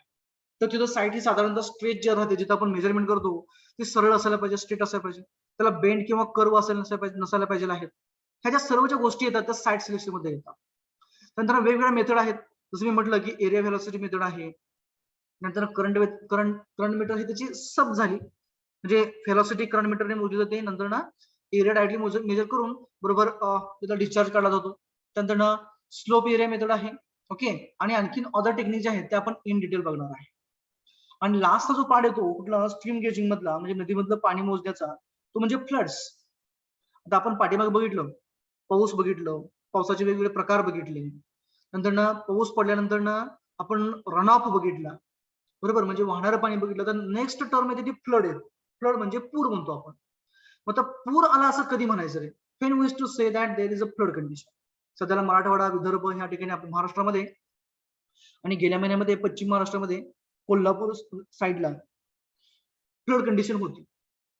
तर म्हणजे काय फ्लड कंडिशन म्हणजे काय किंवा फ्लड म्हणजे काय? एनिवन, फ्लड म्हणजे काय, कशाला म्हणायचं फ्लड? रिव्हर मध्ये कपॅसिटी पेक्षा जास्त पाणी स्टोअर झालं की रिव्हर मध्ये जर का तिच्या कपॅसिटी पेक्षा जर का जास्त पाणी यायला लागलं किंवा जास्त पाणी व्हायला लागलं तर आपण फ्लड आला असं म्हणू. Okay, great.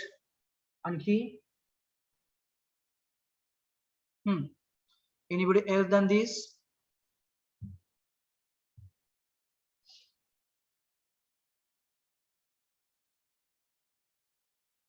हा, बोला बोला बोला. Overflow of water on a dry overflow land. Overflow of water on a dry land. मग आपण त्याला हे म्हणू शकतो काय बरं, रनऑफ म्हणू शकतो आपण त्याला, बरोबर की नाही? आपण रनऑफ म्हणू शकतो. मग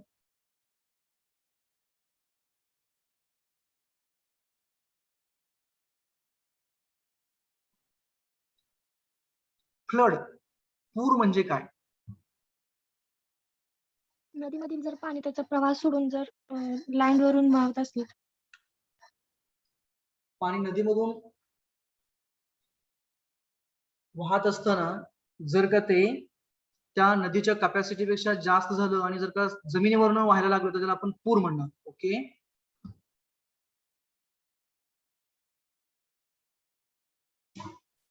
मग ही पूर जो असतो तो नेहमी असतो का रे? नाही. टेम्पररी असतो. टेम्पररी फिनॉमिनन आहे. अगदी बरोबर आहे. नदीमध्ये वाहणारं जे पाणी आहे ते आपण बऱ्याच वेळा बघतो की ज्या बारमाही नद्या आहेत त्या बारमाही नद्या ह्या त्यांना म्हणजे वर्षभर पाणी राहतं त्यांना, बरोबर आहे का? त्या नद्यांना वर्षभर पाणी राहतं. मग तो फ्लड आहे की रनऑफ आहे? रनऑफ. रनऑफ आहे. ओके, पण त्यावेळेस पाऊस तर पडतच नाही उन्हाळ्यामध्ये किंवा इतर हंगामामध्ये, तरीही नदीमध्ये पाणी वाहत असते, ओढ्याला पाणी असते. मग हा रनऑफ कुठून आला?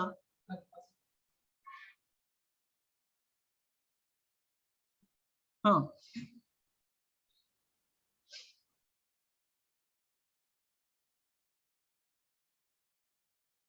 कुठून आला रे मग हा रनऑफ?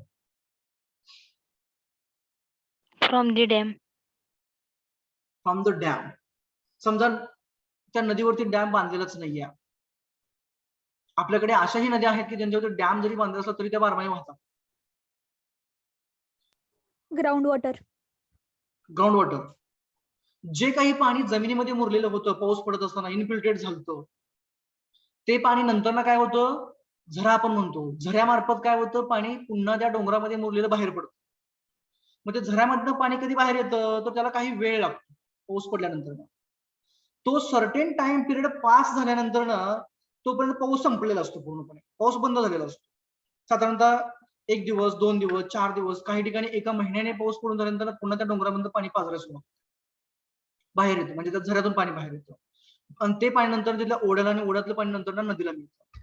म्हणजेच काय झालं, जे काही पाणी इनफिल्ट्रेट झालेलं होतं ते पाणी नंतर कॉन्ट्रीब्युट करतो, कुणाला रनऑफ म्हणून कॉन्ट्रीब्युट करतो.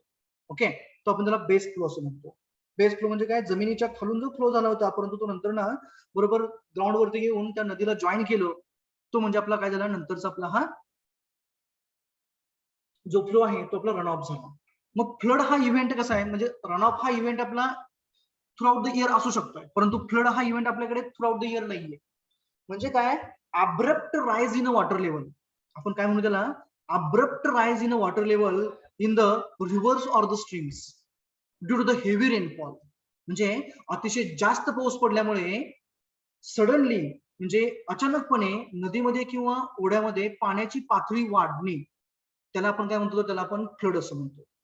आणि हा इव्हेंट जो आहे तो हा इव्हेंट आपला हा लॉंग लास्टिंग नसतो, हा इव्हेंट काही काळ असतो. आता आपण बऱ्याच वेळा म्हणतो की विदर्भ मराठवाड्यामध्ये किंवा इतर रिजन्स मध्ये जिथं सध्या फ्लड कंडिशन आहे, तिथं पूर आहे, तिथं उन्हाळ्यामध्ये काही ठिकाणी आपल्याला पाणी प्यायला मिळत नाही. आपण म्हणतो की स्कार्सिटी आहे, ड्रॉट आहे. म्हणजे काय होतं की त्या ठिकाणी जरी आता सध्याला फ्लड असला तर काही ठिकाणी आपल्याकडे अशी आहेत की तिथं उन्हाळ्यामध्ये पाणी नसतं. म्हणजेच जो काही फ्लड आहे तो फ्लड हा आपला हा टेम्पररी इव्हेंट आहे असं आपण म्हणूया त्याला थोडा वेळ. म्हणजे कशामुळे झाला हा, की हेवी रेनफॉल, जी रेनफॉलची इंटेन्सिटी होती ती अतिशय जास्त होती, कशापेक्षा, सॉइलच्या इन्फिल्ट्रेशन कॅपॅसिटीपेक्षा अतिशय जास्त होती. त्याच्यामुळे काय झालं, जो रनऑफ जनरेट झाला त्या रनऑफचं अमाऊंट एवढं जास्त होतं की ते नद्या नाले किंवा जे ओढे होते त्यांची जी वाहून नेण्याची पाण्याची क्षमता होती त्याच्यापेक्षाही जास्त झालं आणि त्याच्यामुळे काय झालं तर सडनली तिथं असं जास्तीचं पाणी आपल्याला दिसायला लागलं. तो इव्हेंट म्हणजे आपला फ्लड झाला इन जनरल मराठीमधला झाला. ओके, मग पुन्हा एकदा आपल्याला काय बघायचं येतं डेफिनेशन बघितलं आपण. फॅक्टर सॅपिटिंग पुन्हा एकदा काय असणार रेनफॉलची इंटेन्सिटी जर का जास्त असेल फ्लड जास्त होणार म्हणजे रन ऑफ जास्त होणार आणि फ्लड जास्त होणार. कॅचमेंट एरिया कसा आहे कॅचमेंट एरिया मधलं जर का तुमचं जास्त फॉरेस्ट्रेशन झालेलं असेल म्हणजे सॉरी डिफॉरेस्ट्रेशन झालेलं असेल तर तिथं फ्लड लगेच होणार डिफॉरेस्ट्रेशनमुळे. तिथं जर का खूप मोठं तुमच्याकडे काय म्हणतो त्याला ग्रीनरी असेल खूप सारी झाडं असतील जिथं फ्लड जनरेट होणार नाही लवकर.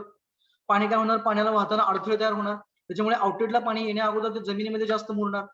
त्याचबरोबर स्लोप जर का तुमचा हे असेल म्हणजे स्टीप स्लोप असेल तर त्या केसमध्ये लगेच फ्लड जनरेट होणार.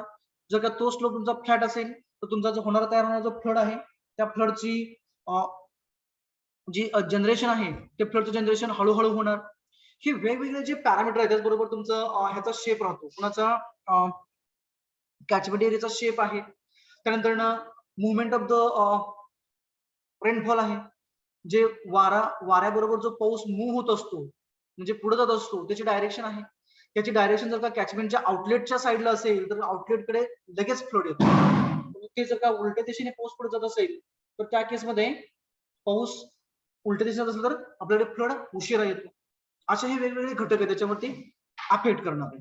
ओके, त्यानंतर काय आहे डिझाईन फ्लड म्हणजे कोणता फ्लड मग एखादा हायड्रॉलिक स्ट्रक्चर तयार करण्यासाठी कन्सिडर करायचं. आता आपण डॅम बांधतो ब्रिज बांधतो कलवर्ट बांधतो विअर कन्स्ट्रक्ट करतो. मग हे जे हायड्रॉलिक स्ट्रक्चर्स आहेत ती वेगवेगळी स्ट्रक्चर्स आहेत ती वेगवेगळे स्ट्रक्चर्स बांधण्यासाठी जे आपण जे फ्लड कंडिशन कन्सिडर करतो ती फ्लड कंडिशन कन्सिडर करण्यासाठी जो आपण फ्लड वापरतो त्याला आपण डिझाईन फ्लड म्हणणार. आणि वेगवेगळ्या स्ट्रक्चरसाठी किंवा वेगवेगळ्या प्रोजेक्टसाठी म्हणून आपण तो फ्लडचा आपण वेगवेगळ्या पद्धतीने घेतो. ओके, तर त्यांना हायड्रोग्राफचे जे कंपाऊंड राहतात साधारणतः हायड्रोग्राफचा जर आपण शेप बघितला I would like to go for the shape of the hydrograph here. In general, we used to have the hydrograph like this. This is an base flow, then peak of the flood, and then this is a recession limit. अशा पद्धतीने राहतो. पाऊस पडण्या अगोदर नदीमध्ये येणारं पाणी त्याच्यामुळे जे डोंगरामध्ये मुरलेलं पाणी तो झऱ्यामधून येणार आहे त्याच्यामुळे तयार होणारं हे पाणी आहे. हळूहळू त्याची क्वांटिटी कमी होते म्हणजे तुमचा हा डिस्चार्ज मी क्यू असं म्हणतो टाइम बिंग आणि तुमचा टाइम आहे हळूहळू कमी होणार. नंतर पाऊस पडतो आणि पाऊस पडल्यानंतर हळूहळू काय तो डिस्चार्ज वाढत जातो पाऊस बंद होतो. परंतु after session of the rainfall पाऊस बंद झाल्यानंतर पुन्हा पीक येतो आणि नंतर पुन्हा हळूहळू पीक रेनफॉल कमी होतो आणि हळूहळू जो रनऑफ आहे तुमचा तो रनऑफ कमी व्हायला सुरुवात होते पूर्णपणे बंद होतो आणि नंतर जे काही मुरलेलं पाणी जमिनीमधलं ते पुन्हा कॉन्ट्रीब्युट करत राहतं आणि पुन्हा तुमचा हायड्रोग्राफ जनरेट होतो. पुन्हा पाऊस पडतो likewise we used to have the hydrograph. This is the rising limb आपला रायझिंग लिंब आहे आणि हा आपला रिसेशन लिंब आहे. रायझिंग लिंब काय इंडिकेट करतो तो रायझिंग लिंब indicates the rise of the water level in a stream or a river, whereas the falling limb indicates the decrease in the or the reduction in the water level. त्याचे components आहेत ते आपल्याला अगदी detail मध्ये पुढे बघायचे आहेत. Okay, this is about unit number 3. It is a stream gauging from a section 1 and last unit from the section 1 it is the groundwater hydrology. तर ग्राउंड वॉटर हायड्रोलॉजी मध्ये आपला काय अभ्यास येतो तर आफ्टर रेनफॉल जे पाऊस पडल्यानंतर जे काही पाणी असणार आहे ते जमिनीमध्ये मुरतं आणि ते जे जमिनीमध्ये मुरणारं पाणी आहे त्याचं ऑकरन्स त्याचं जस्ट मिनिट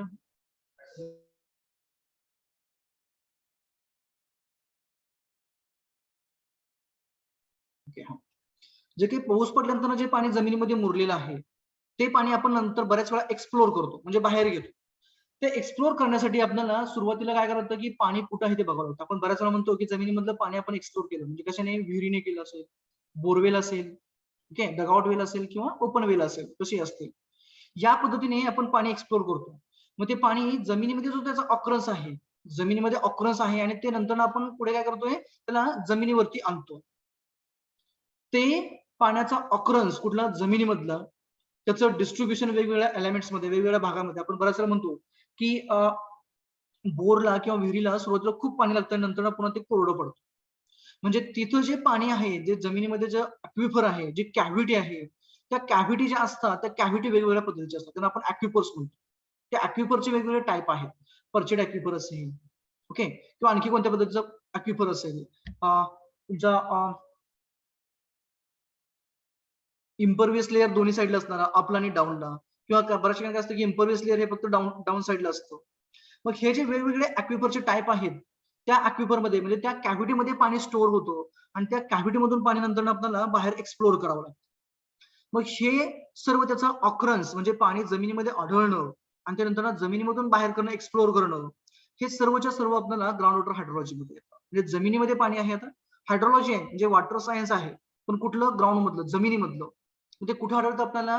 साधारणतः जमिनीमधलं पाणी हे अर्थच्या आत म्हणजे क्रस्ट असतात, म्हणजे कॅव्हिटीज असतात अर्थ क्रस्ट मध्ये, त्या कॅव्हिटी मध्ये पाणी साचून राहतं आणि त्याच्यामधून आपण बोरवेल वगैरे डगआउट वेल काढून आपण तिथून पाणी एक्सप्लोर करतो. त्याचं डिस्ट्रीब्युशन वेगवेगळं राहतं. पर्चेड अक्विफर असेल तुमचा, नंतर ना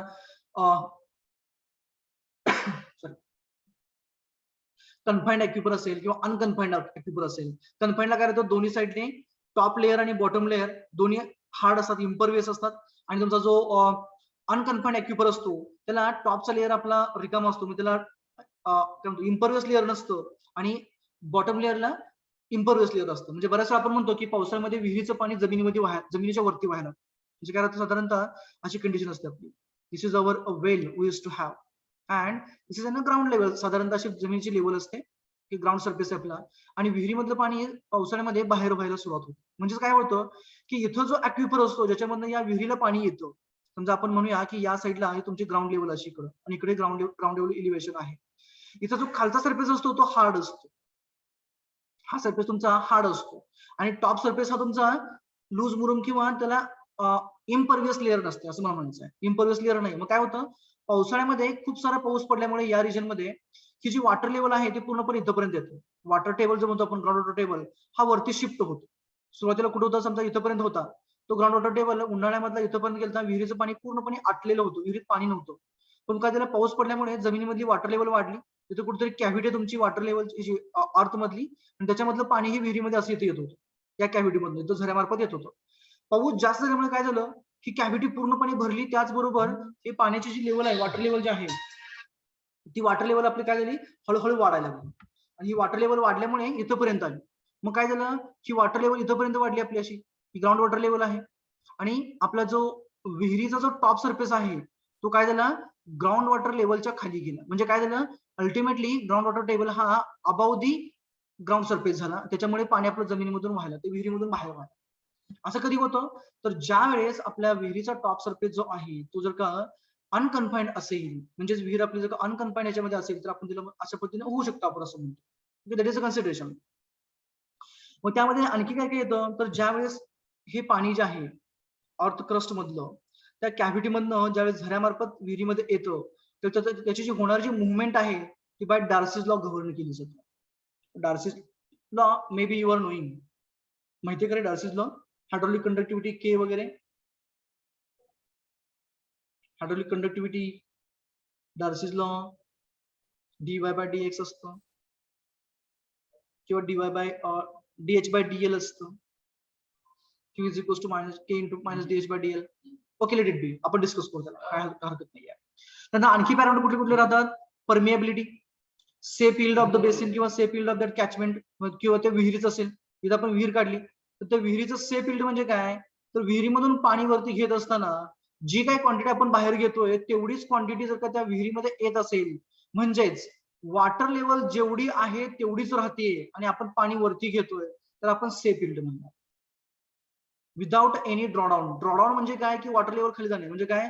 आपण जर का इथपर्यंत पाण्याची लेवल होती सुरुवातीला, आपण काय केलं? त्याच्यावरती पंप टाकला आणि पंपने काय केलं? पाणी लिफ्ट करायला सुरुवात केली. तर का पंपने पाणी लिफ्ट करायचं काय होतं? हळूहळू वॉटर लेवल खाली जाते आणि सर्टेन लेवल अशी येते की त्याच्या खाली पाण्याची लेवल जातच नाही. हे ओरिजिनल पासून जे इथपर्यंत जी पाण्याची लेवल खाली गेली त्याला आपण ड्रॉडाऊन येस असं म्हणतो. ड्रॉडाऊन येस किंवा एच असं म्हटलं जातं, आपल्याला येस असं म्हणणार आहे. मग त्याच्या खाली जर का वॉटर लेवल जात नसेल, परंतु कंटिन्युअसली तुम्ही डिस्चार्ज क्यू एवढा बाहेर घेताय, म्हणजे याचाच अर्थ काय झाला की जेवढं इनलेट आहे त्या विहिरीमध्ये तेवढंच तुम्ही आउटलेट बाहेर घेता. आणि ती जी इल्ड राहतं, कॉन्स्टंट इल्ड आपण ज्याला म्हणतो, त्याला आपण safe yield of that well or the borewell असं म्हणतो. Okay.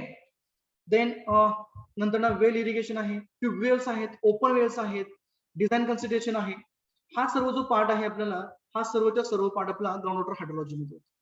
Okay, today we'll stop here, and in the next lecture we'll go for the remaining part discussion, and after that we'll go for our first unit. Okay, thank you.